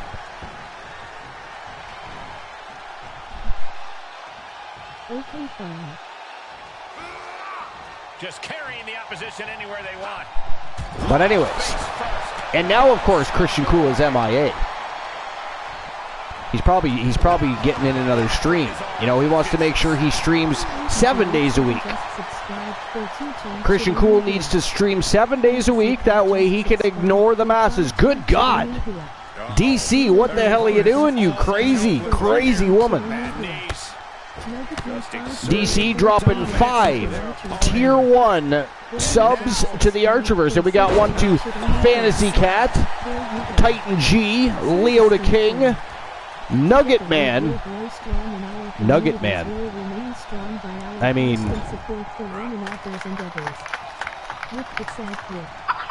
I mean, I'm just saying. Right? Nugget Man. But anyways, and to Bromer. To Bromer. The fact that these superstars can still be moving at this point is beyond the realm of reality. The mod with the most, who is, of course, MIA these days himself. All right, but anyway. DC says, you said so yourself. Jolene says, showing the big time love there. You're awesome. Yeah, appreciate that big time. I mean, I appreciate it anytime somebody takes the time to either drop bits or tiny little beautiful gems, as we call them here at the Archiverse, of course, or sub to the channel. I mean, you know, it's never a necessity, but it is always appreciated. And again, anytime you guys subscribe and drop bits, any of the funds that I collect from Twitch actually just simply goes to my bills. So you guys simply help me pay my bills for the month, and it is appreciated. You know, I brought that up before because I wanted you guys to know, if you ever wondered, does it make a difference when you guys drop bits or subscribe to the channel? Sure it does, you know? Sure it does, because I put that money to my family's needs. I put it to the very best of use. I don't use it selfishly. I've never purchased anything for myself or used it in a selfish manner. It's always been used for my family. So there's that. And finds a counter. Uh-oh. Look at this. Uh-oh is right. Foley slam. And Bills, I hope. Well, he's sleeping right now, and Bills, I hope. Yes, Bills, of course. Find a way to get out of this. Just bounce that face like a basketball. Big splash. It's just last month I put money on the water bill. In off the tag. The new jackpot number 40 changed to By the way, how ghastly is it that we have to pay for water to begin with? You know? Now, when I lived in the country, we, of course, had a well. Did not have to pay for water. You pay for hydro, but you did not pay for water. You know, and of course, we had a holding tank and a weeping bed. The end is looming now. Yeah, not looking good. So there was the cost of pumping that, but Here he goes for the win. overall, it was still less than the cost of paying your water bill. Are you kidding me? At least here. I don't know what it's like where y'all live. I don't do it here, but sent you something cool. DC says, so if I want to spoil you, I don't do it here, but sent you something cool? This match continues. What do you mean? Both wrists I'm not sure what you mean by that. There's electricity. I mean, if you want to drop more gift subs, you go right ahead. I'm not going to stop you. For one of these competitors. I am not going to stop you. Let's see if you can drop more subs here than you did on the Coolverse. That's a challenge for you. No, actually, don't do that. Good defense. Do not do that. He steers clear. That was a joke, DC. I was merely joking. With the tag is Bret Hart. I'm perfectly happy with 5. Besides, we don't want to make Cool jealous. So destroy you, I have to send you something. The Hitman has the sharpshooter cinch. I mean, I give stuff here, it doesn't go to me. Well, it does. It goes to my family. Right? Anything you give me here goes directly to my family. So technically, No, stops the count at 2. Incredible to think, after everything we've witnessed, we are still at a stalemate. all right, so anyways, before we get to the list, for our Between the Ropes list, I would like to grab myself a beverage. My throat's getting a tidbit dry, so I'm going to step away. If you guys would like to shower each other with bad jokes while I'm gone, I would enjoy reading them when I get back. But I am going to go grab myself a drink. I shouldn't be too long. BRB to the Army. This could be the beginning of the end. Uh-oh. The sharpshooter. What do you think? He breaks it up, and we're still going. Stand ready, Brawler.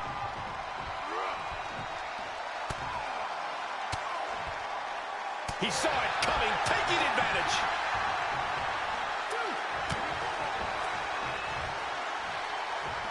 Paying it right back with a reversal. Tag made, tag made.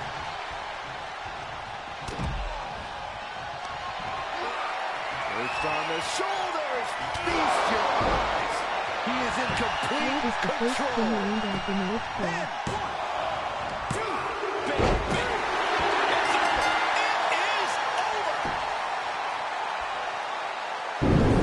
Oh, damn! I didn't even make it far. I had to turn around, come right back to the broadcast booth, because, ladies and gentlemen, behold, the true gods of wrestling have become victorious just like that. The winners of the match from Team Complete Geek TV and Team The Tour Man, paired up with, of course, the Archerverse management team. We've got the Terror, Johnny Braddock, Cyborg, Adam Colossus, and the one, Elijah Archer, representing the Coalition. Team Demolition victorious over the Hart Foundation. Big win for the Hart Foundation. Sorry, for Team Demolition over the Hart Foundation. All right, so I'll go ahead and issue the payout for this before I go and get my beverage. All right. So Team Demolition victorious, and 10,001 Archerverse bucks are being distributed.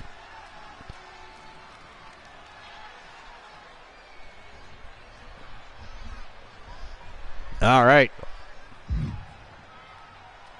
And that was, of course, the first match of the championship rounds. Now we are on to the main event of the evening.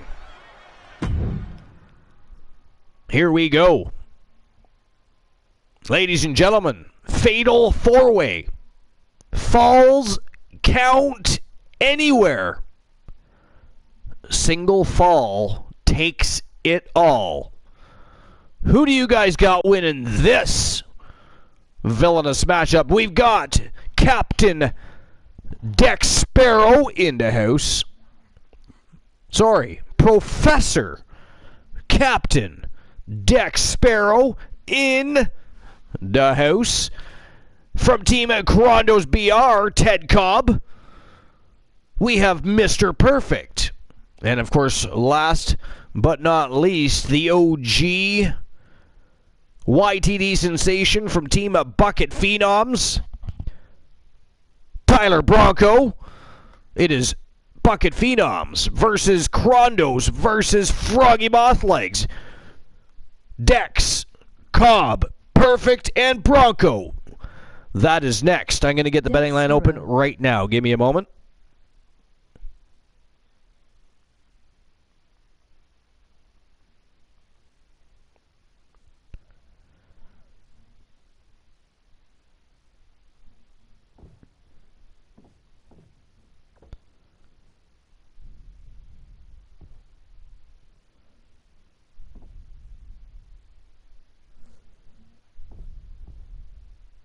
All right, so who walks out with the W? Is it going to be Dex, Cobb, Perfect, or Bronco? 5 minutes to make your bets. And there we go. The betting lines are officially open. So, ladies and gentlemen, it is showtime and go time. Fatal four-way falls count anywhere. And remember, single fall wins it all. Let's go.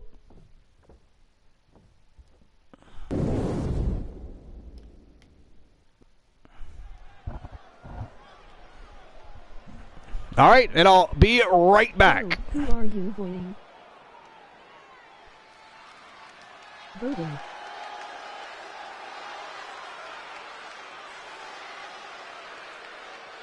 MR Perfect. The following contest is a fatal four-way Falls Count Anywhere match. Making his way to the ring from Sandy, Utah, weighing in at 186 pounds, the Junior Wrestling Champion, Awesome Ted Khan. I can't watch this entrance. I heard this one backstage talking up their own work non-stop. Well, why don't they get in the ring and prove it, huh? That's what they're doing right now, Corey. Well, good. Let's see what they've got then. The champ does not want anyone making their name at his expense. He plans on fighting hard tonight. Two playmates more.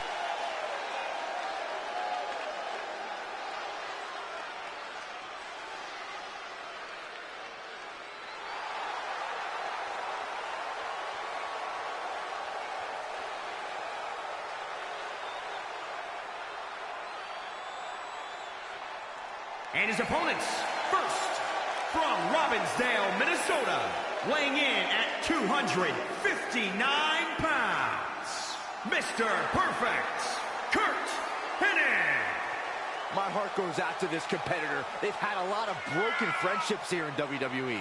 Oh, please. You really think the friends are the problem here? I think we're looking at a true villain right here.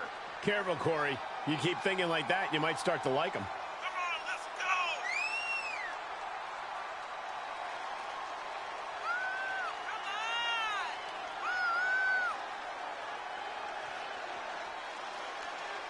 He said he'll be making a statement in this match tonight and will deliver it emphatically. From each respective brand, simply type TAB, WCW, or YTB into the chat.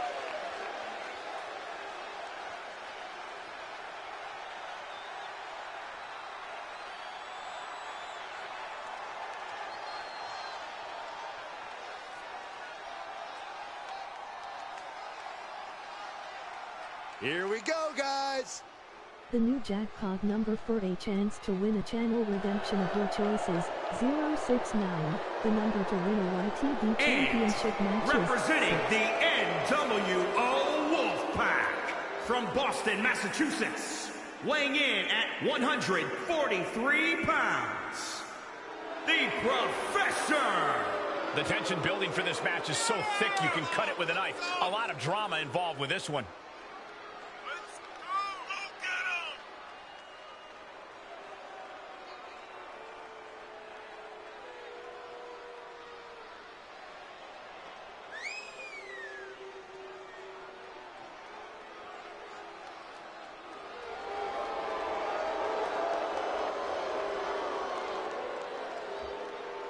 He's been demanding this match for quite some time, and now he is ready to compete.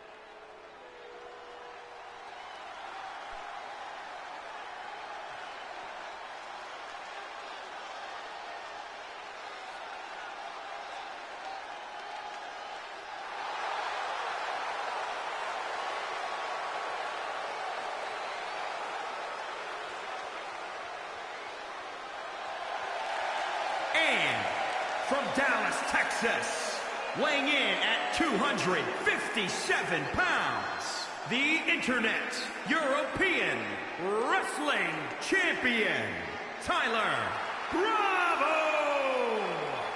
Here in WWE, we see all types of superstars, but this one is a little different. Approaches their matches with calm, a balanced attitude. Which I know you just love, Saxton.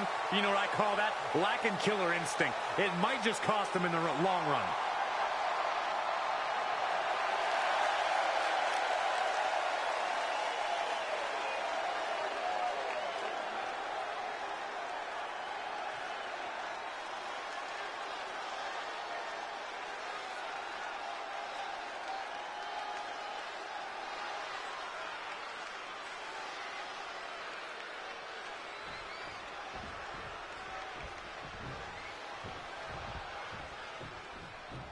Falls Count Anywhere match underway now, guys. A symphony of destruction each and every time. This is where superstars really push the bounds of their aggression and creativity. Ooh. Nice amateur takedown. All the way over.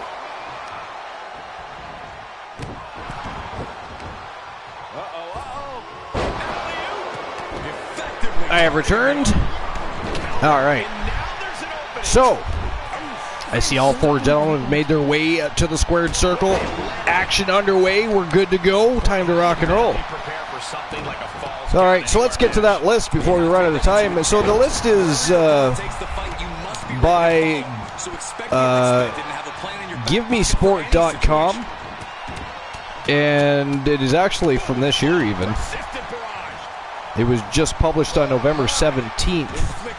And it is the 10 best main events in Survivor Series history.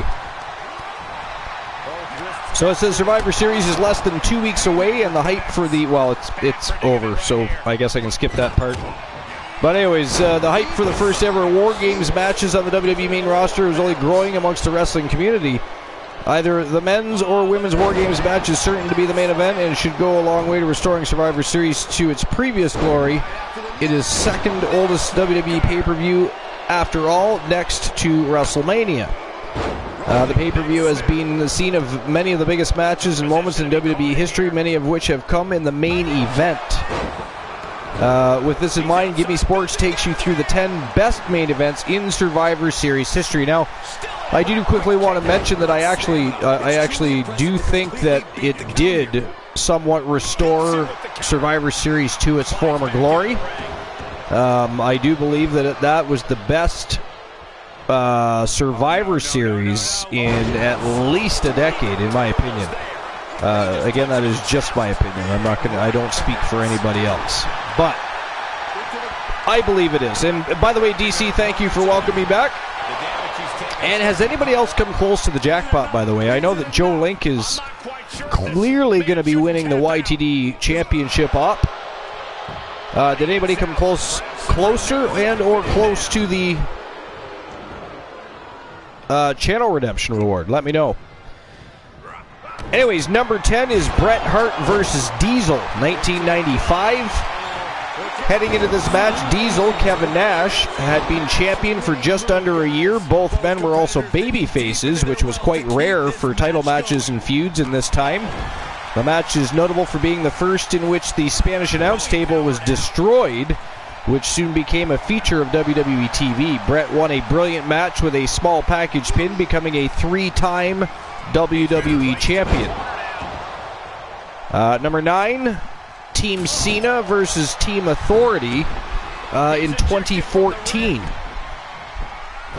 John Cena was accompanied by Dolph Ziggler, Eric Rowan, Big Show, and Ryback to face Seth Rollins' led team of Kane, Luke Harper, and Mark Henry and Rusev.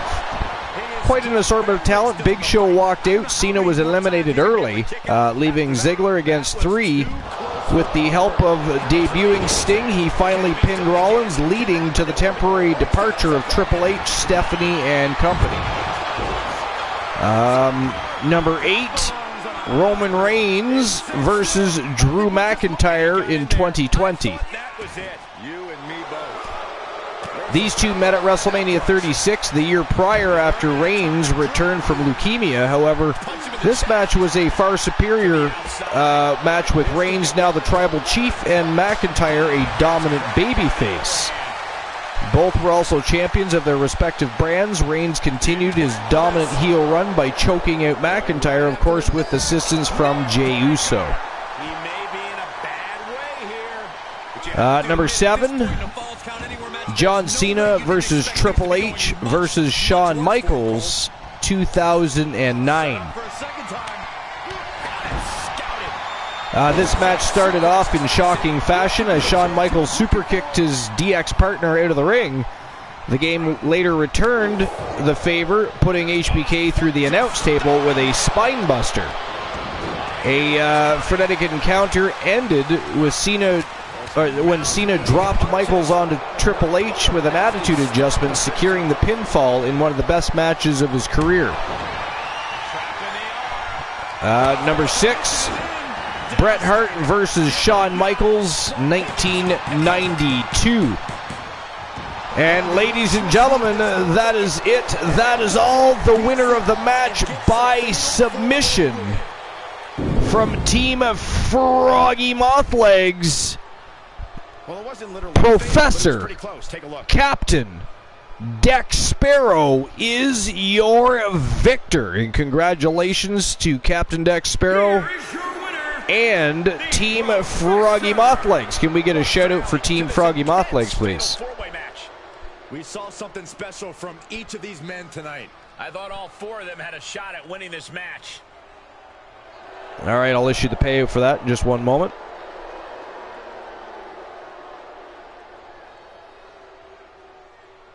Big win for Captain Dex Sparrow.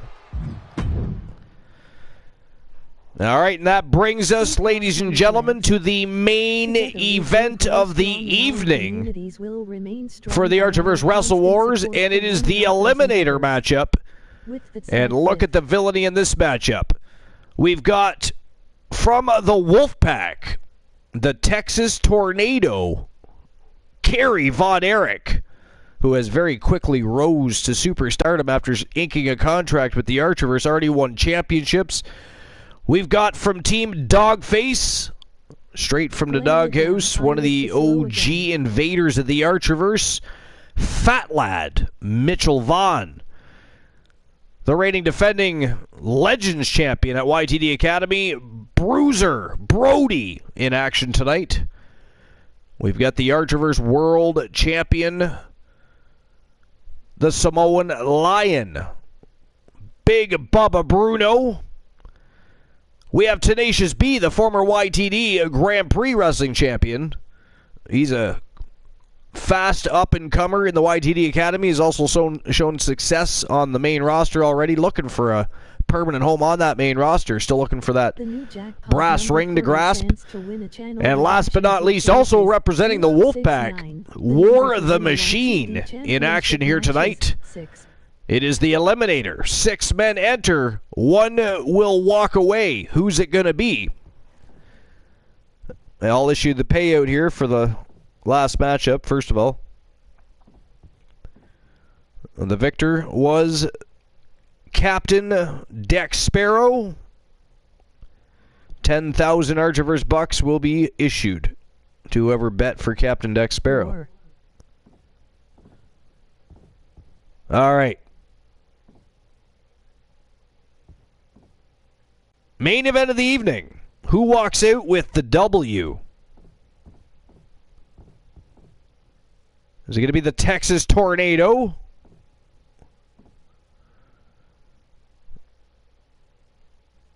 What about Fat Lad Mitchell Vaughn? Big Bruiser Brody, Mammoth of a Man. Another mammoth of a man and a world champion, Big Bubba Bruno.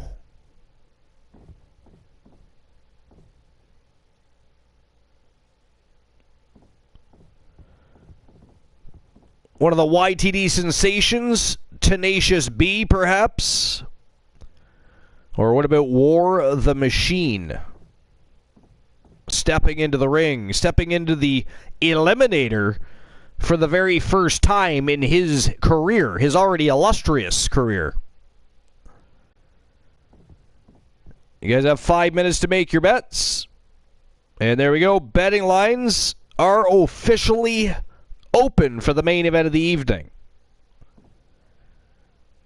All right, without further ado, ladies and gentlemen, the Texas Tornado, Fat Lad Mitchell Vaughn, Big Bruiser Brody, Big Bubba Bruno, Tenacious B, and War the Machine.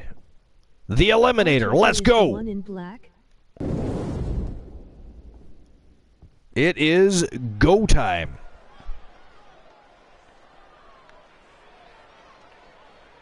All right, so, again, number 6 was Bret Hart versus, hey, yo, it's the trash cans. Somebody clip that. Mr. T will be elated. The Trash Cans make an appearance on the Archiverse Wrestle Wars. Fantastique. The infamous Trash Cans. We literally just, the last show or the show before that, we literally just talked about that. The price is lower than any competitor. Fat Lad Mitchell Vaughn won half of the Archiverse World Tag Team Championships. And of course now dubbed the Wrestle Wars World Tag Team Championships. From Birmingham, England. That one half of the Weapons of Mass Destruction with Big Bubba Bruno. One half of the World Austin Furious, of course, also part of the faction, and the man called Drek. But as far as the tag team champions go, it is, of course, Big Bubba Bruno and Mitchell Vaughn. So anyways, of course, when you hear of these two men and Survivor Series, you immediately think of the Montreal Screwjob in 1997. However, 5 years prior, they had a classic at the same event. The match was Bret's first pay-per-view defense as WWE Champion and represented the changing of the guard in WWE with two smaller technical wrestlers in the main event. The sharpshooter was again the deciding factor here, but fairly as Bret submitted Shawn to retain the title in this matchup. Unlike the Screwjob, of course, where that did not happen, now did it? Number 5, Team SmackDown versus Team Raw from 2005. And by the way, were you guys a fan of the Bret Hart and Shawn Michaels rivalry? You know, I'm not just talking about the Montreal Screwjob here. Thank you for banning the butthole, appreciate that.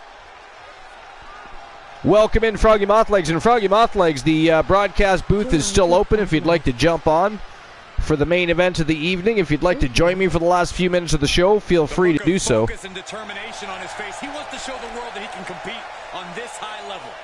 DC says she took Fat Lad. Wow, Fat Lad getting some love. Froggy Mothlegs also betting for Fat Lad Mitchell Vaughn.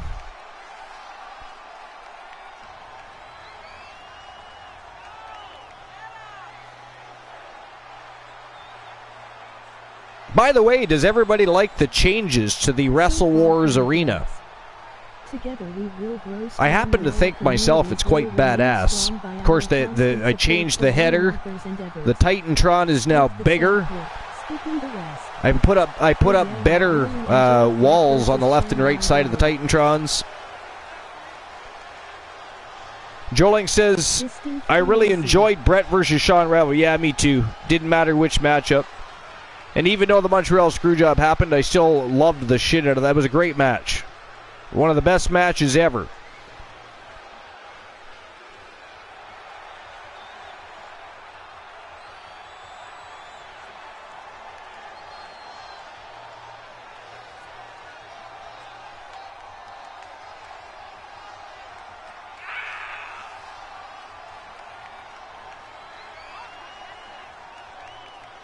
High frog hammock legs.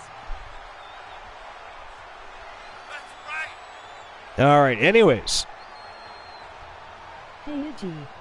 So it was Team SmackDown versus Team Raw 2005 was the year. Says this was the best battle of the brands ever, as it made sense in storyline and there was a genuine sense of rivalry and competition. Batista led blue side of Randy Orton, Rey Mysterio, Bobby Lashley, and JBL against Raw's HBK, Big Show, Kane, and Carlito. Michaels was left fighting 3 against 1, finally succumbing to an RKO from Orton, who was the sole survivor for a 3rd straight year. His joy was short-lived as The Undertaker returned while SmackDown roster celebrated. Weighing in at 284 pounds. Number 4, The Undertaker versus Batista. 2007 was the year. Froggy, you just have to join the one I already sent you. You just tried to start a new one. Just join the TAV broadcast booth. The champ knows the competition levels at an all-time high. You're already technically joined. You just have to actually pop into it and join it.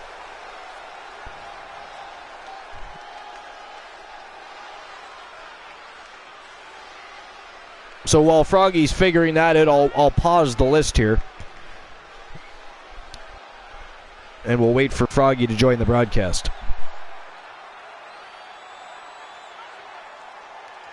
Yo, there's the trash cans again, right through the pod. Did you see that? Did anybody clip that? We need to get that clipped too. So we had to get the first one clipped, and we have to get that one clipped. And speaking of the world champion, Big Bubba Bruno, there he is from Team Soul Embers. Weighing in at 444 pounds, the World Wrestling Champion, King Big Bubba Bruno. BB King. I can't imagine what it must be like locked inside the unforgiving structure. But yeah, do you guys like the changes to the Wrestle Wars arena? Like I said, I personally think it looks pretty badass, but I didn't know what you guys thought. Dominant champ in history, so he will not let up in a non-title situation. I missed you, Goody.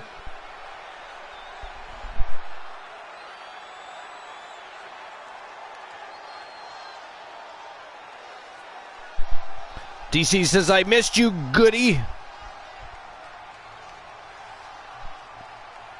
Still waiting for Froggy. To see a complete list of champions from each Yeah, so Froggy, you just have to leave the party you just started and jump into the Archiverse broadcast booth. Well, actually, it says TAV broadcast booth. The Internet Grand Prix Wrestling Champion. You probably have a notification for it from earlier, because when I went live and started the broadcast, you would have been notified because you're already part of the broadcast group.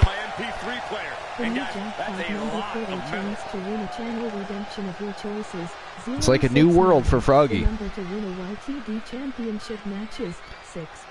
The Texas Tornado, the reigning defending YTD Grand Prix Wrestling Champion, also representing the Wolfpack.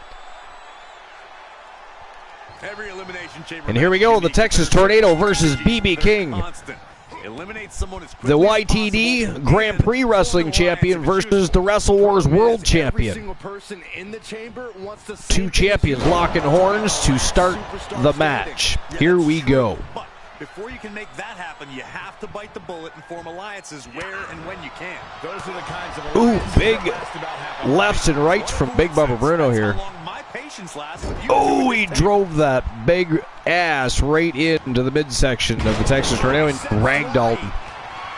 Ragdolled him like it nothing at all. The strength of Big Bubba Bruno, because Texas Tornado is no small man. Look at this, he is taking to the skies here.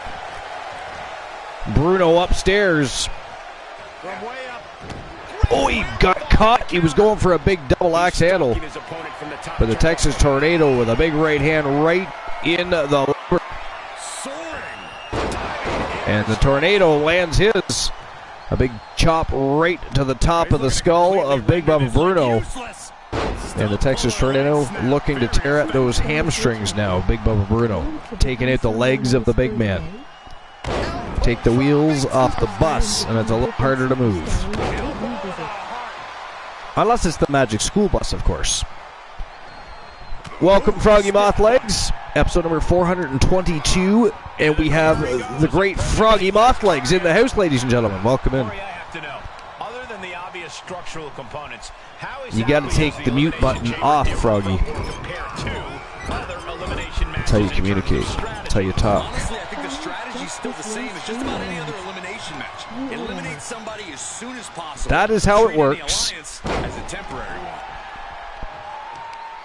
Otherwise, it's a little hard to speak. Jesus of Nazareth, can you hear me now, sir? There we go. I can definitely hear you. I appreciate the Jesus, but, you know, I believe... No. I believe the Archiverse greater than the second coming of Christ, because we have returned from the depths of the abyss not once, not twice, but 3 times. And we actually deliver entertaining product. I mean, he was walking on water and stuff. Anybody can do that. Yeah, he can turn water into wine, but we can get coffee at our concession stand. So Exactly. And I mean, really, if you want to walk on water, you just wait till winter. It freezes over. Walk on the shit. Done. You know? Just open your minds. Think outside the box and you don't get trapped inside of a little veil. Absolutely. Or lamp, if you will. But yeah, I was just going over some of the, I don't know how much of you heard, I was going over the, now this is their opinion, of course, but it was published just November 17th, and it's Peter Fitzpatrick, I forgot to mention that, but it's GimmeSport.com, is the 10 best main events in Survivor Series history. 10 was Bret Hart versus Diesel in 95. Number 9 was Team Cena versus Team Authority in 2014. Number 8 was Roman Reigns versus Drew McIntyre in 2020. Number 7, John Cena versus Triple H versus Shawn Michaels in 2009. Solid. Yeah, it was. Number 6 was Bret Hart, Shawn Michaels in 1992. And then I just ran down the 2005 Team SmackDown versus Team Raw. So we're now at the number 4, which is The Undertaker versus Batista from 2007. Yeah. So it says this was the standout feud of 2007 and one of the best in recent memory. It had started at WrestleMania 23 when the Dead Man defeated the Animal for the World Heavyweight title. By Survivor Series, Batista had regained his belt but looked set to lose it after being hit with a tombstone at the end of a pulsating encounter. However, a returning Edge, dressed as a cameraman, cost Taker the title after attacking him and putting him down with a concerto. And if I do recall, I'm pretty sure that was the loudest arena completely compiled of boos I've ever heard. and for Edge, right? Everybody loves Edge, but on that evening, however, I'm pretty sure most of the arena wanted Edge to die. Yeah, you don't fuck with the Dead Man. But that's pretty funny. So number 3 was Team WWE versus Team Alliance in 2001. So that was, of course, supposed to be WWE versus WCW. You know, I still wonder in hindsight. You know, I don't think he's ever said one way or the other. But do you think Vince has ever kicked himself in the ass for closing down WCW? Right, competition's good for business, even if they are competing brands, right, or competing companies. Competition's good for business. They own both. I think if WCW stayed open, TNA never comes into existence, first of all. You know what I mean? And I would highly doubt AEW even exists. Yeah, because that's basically what they're doing already. There would be no need to make another. Well, I mean, good luck competing against 2 different companies that are both pulling millions of viewers and selling merchandise. Because, I mean, WCW was selling merchandise pretty well. I mean, they were up and coming, looking towards being global. They just did not handle their company affairs very well, so they got bought out. But then to get squashed and to get just, I mean, I just thought it was... I thought they should have kept WCW going, is what I thought. You know? I would have. What is it? Where the brands go head-to-head. Yeah.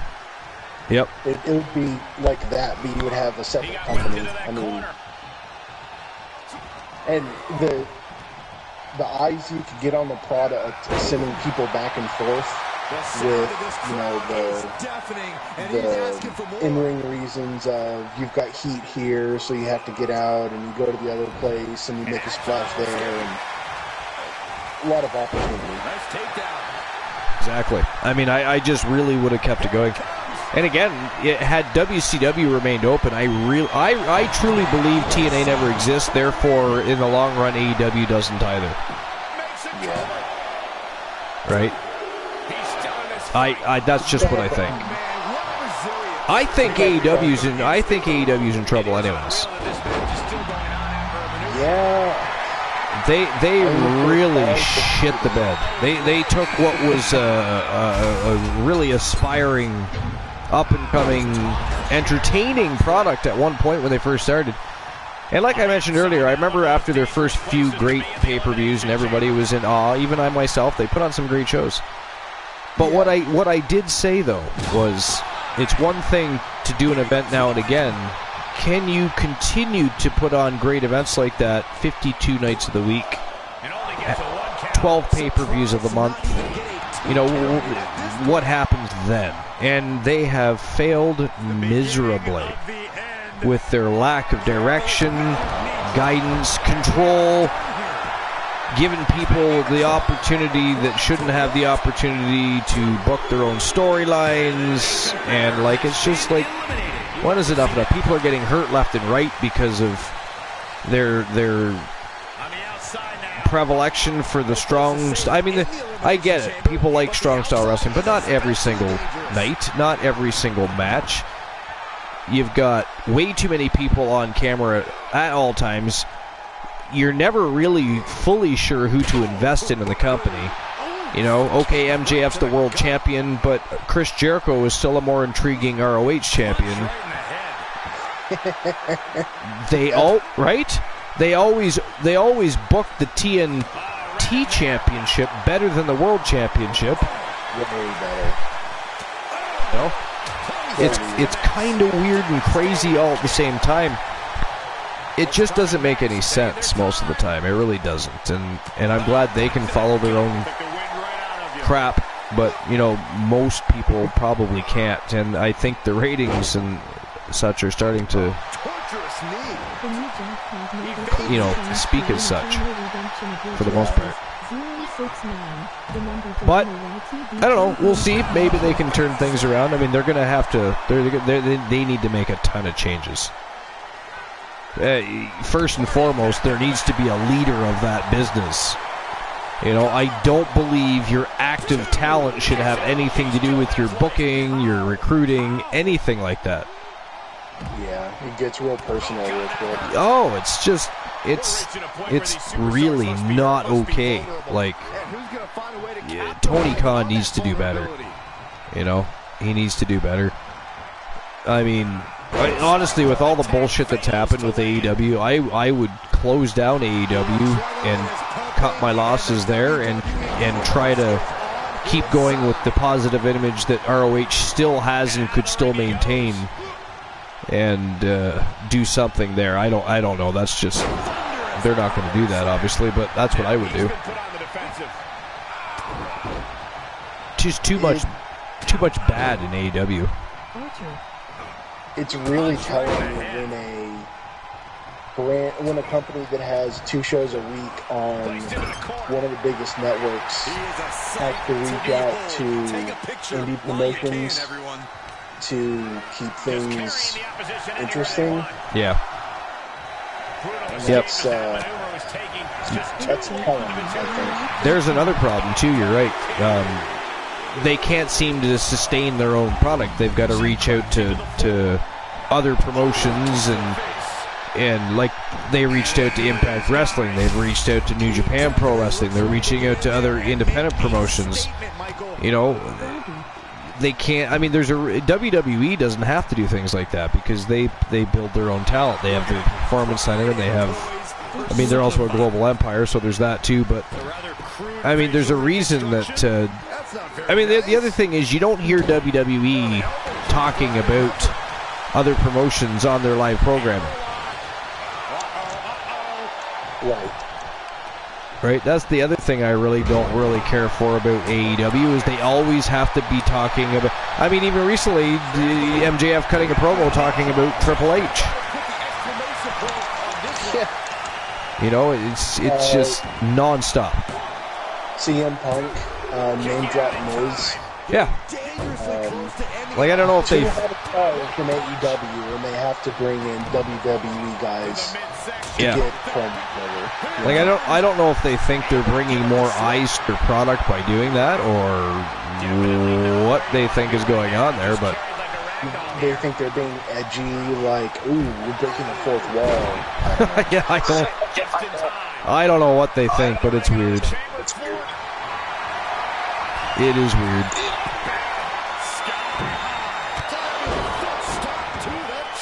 Oh, Froggy, you got a joke time on you. Oh shit, so do I. Which animal always knows the time? A watchdog.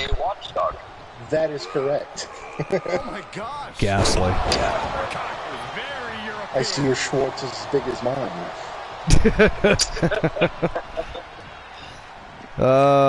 All right. How does the ocean say hi? I'm guessing. Perhaps thinking about what to do next here. It says Ola. I'm guessing it says Ola. How does the ocean say hi, folks? Froggy says it says Ola. Will he be able to capitalize? What do you guys think? Try and end it. His eyes are fixated. A competitor has been eliminated. Catches the kick. You know, I think Tenacious B just... Yeah, he did. Tenacious B just took out Big Bubba Bruno. Holy shit. Shit.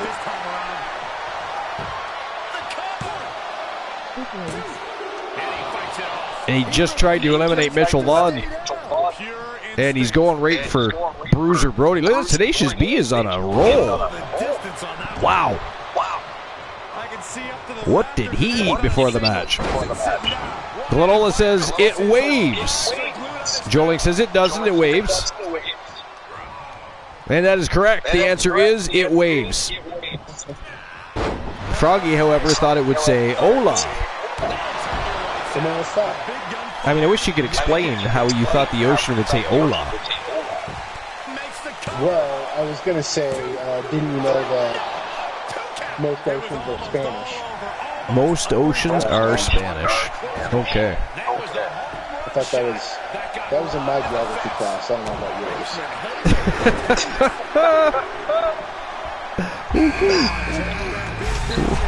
What geography class were you in? The final contestant exiting the... Whoa, look at that. Fat lad Mitchell Vaughn just went airborne and took War the Machine immediately.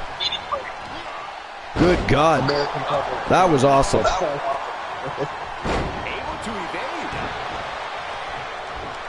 All right. What were we talking about? When we got rudely interrupted with jokes. How dare they? Shitting on AEW. Oh, that's right. We were shitting on AEW. That's so easy to do. It is so easy to do. I want to be honest. I try to keep up on whatever wrestling I can get a hold of on TV. And even if I'm just watching it in the background, it's nice just to have on to kind of keep an eye on it. Yeah. Every time AEW gets a new champion, I'm like, when the fuck did this happen? I know. Like, there's just no prestige to that brooch at all. Yeah. You know? I refuse to call that a world championship. It is a brooch. Or like a lady's wristband of some sort. Like, what do you call those? Bracelets. Yeah. It's something. I don't like any of their belts, I'll be honest. I don't like any of them. The All-Atlantic Championship, I think, might be their nicest belt, and I don't like it either. Their belts look fake, too. Like, their belts look like yellowish gold or something. They just look like toys. I will say, just to be just on balance, I really like a lot of the members of the roster. Maybe not. Yeah, me too. But I like a lot of the individual Wrestler and stars And I happen to like a lot of the ones they've shoved to the side so they can push WWE guys and people that aren't even moving the needle. Yeah.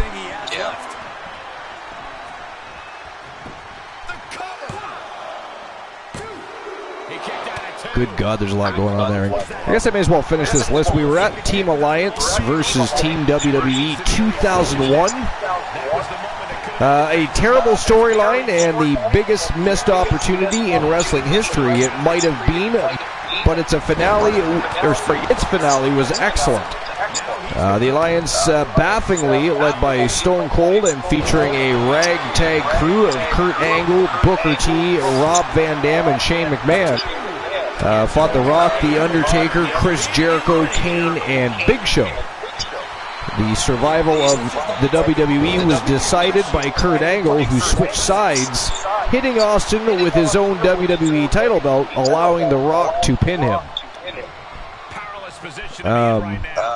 That actually was fun to watch at the end, but yeah, it wasn't a very good match overall.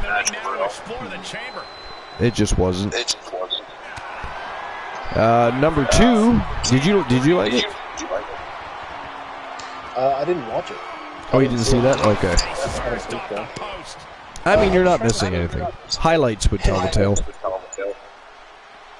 I was trying to think back to the Team Cena versus Authority match you were talking about. Yep. And I'm pretty sure that was like early on when I started getting into wrestling, but I think I didn't have access to pay-per-views at that time. Thank you, Joe Link. I see that. How dare you, Glenola? Shitting on AEW is fun. Glenola's got that right. It is. You know, tossing a little feces here and there is always fun. Incredible magnificence. We slingshot that feces. All right. So, number 2, Brock Lesnar versus Daniel Bryan 2018. This was a champion versus champion bout. Bryan entering himself into the bout after turning heel and winning the WWE title on the previous episode of SmackDown. Their first ever encounter lived up to the hype, with Lesnar again showing how amazing he is when he's working with smaller athletic wrestlers. There was an epic near fall in the match, which displayed this. His selling and Bryan's brilliant heel character, Lesnar eventually emerged victorious. Well, I mean, he has to, right? Yeah. Outside of having an hour-long match and Bryan somehow catching the Beast incarnate in a submission match or a submission move, nobody believes Daniel Bryan's beating up Brock Lesnar. You know, you could get away with that in the 90s. You know, they had Rey Mysterio beat Kane and shit. But that's true. Fuck that shit, though. I didn't even like it then.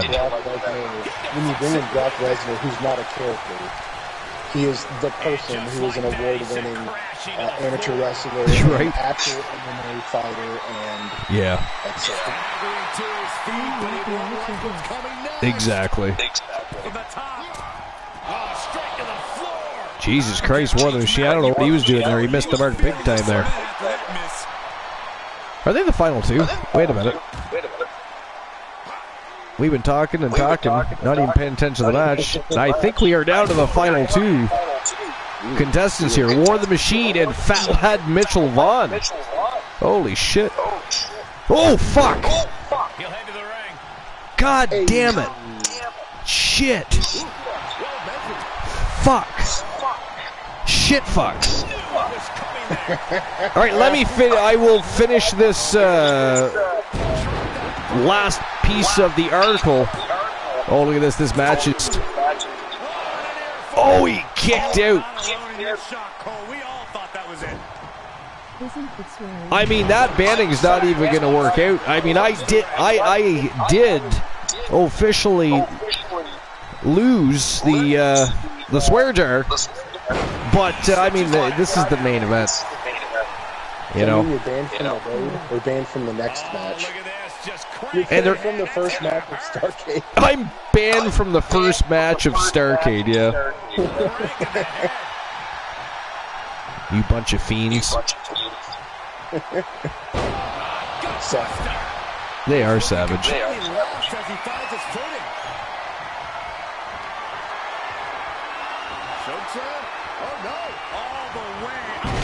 Holy shit. Or the machine. All over Fat Lad Mitchell Vaughn.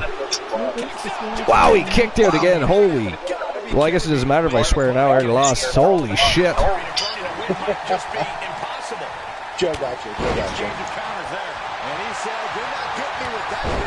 Joe the Blow got your back. Reverse swear jar. Well, I mean, it's, yeah. 15,000 Archivers bucks. Just tosses that out there.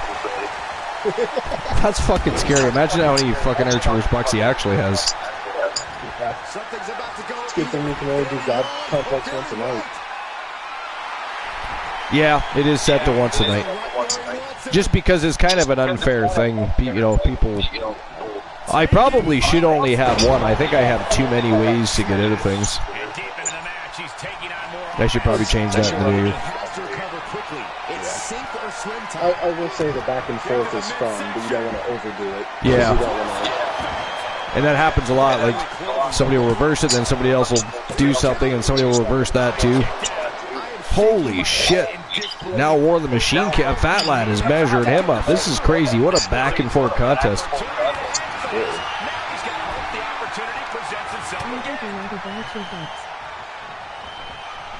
So anyways, Triple H versus Shawn Michaels versus Booker T versus Chris Jericho versus Kane versus Rob Van Dam, 2002. The Best Survivor Series main event, redemption for Shawn Michaels and a full circle from Montreal 1997. It was only his second match back after his injury-induced retirement in 1998. It was also the first ever Elimination Chamber match. Notable spots were RVD's misjudged frog splash off of a chamber pod, which injured Triple H, and the game's brilliant match match closing sequence with HBK, which ended to the tune of Sweet Chin Music. Holy crap!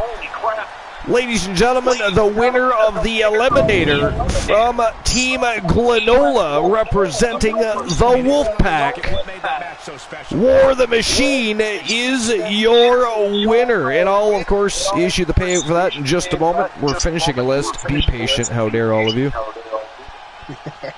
Damn, I should have bet.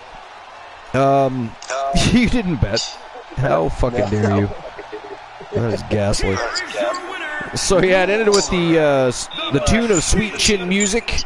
It was an all-time WWE match moment as Michaels became world champion at Madison Square Garden. And I actually remember that. That was a great match.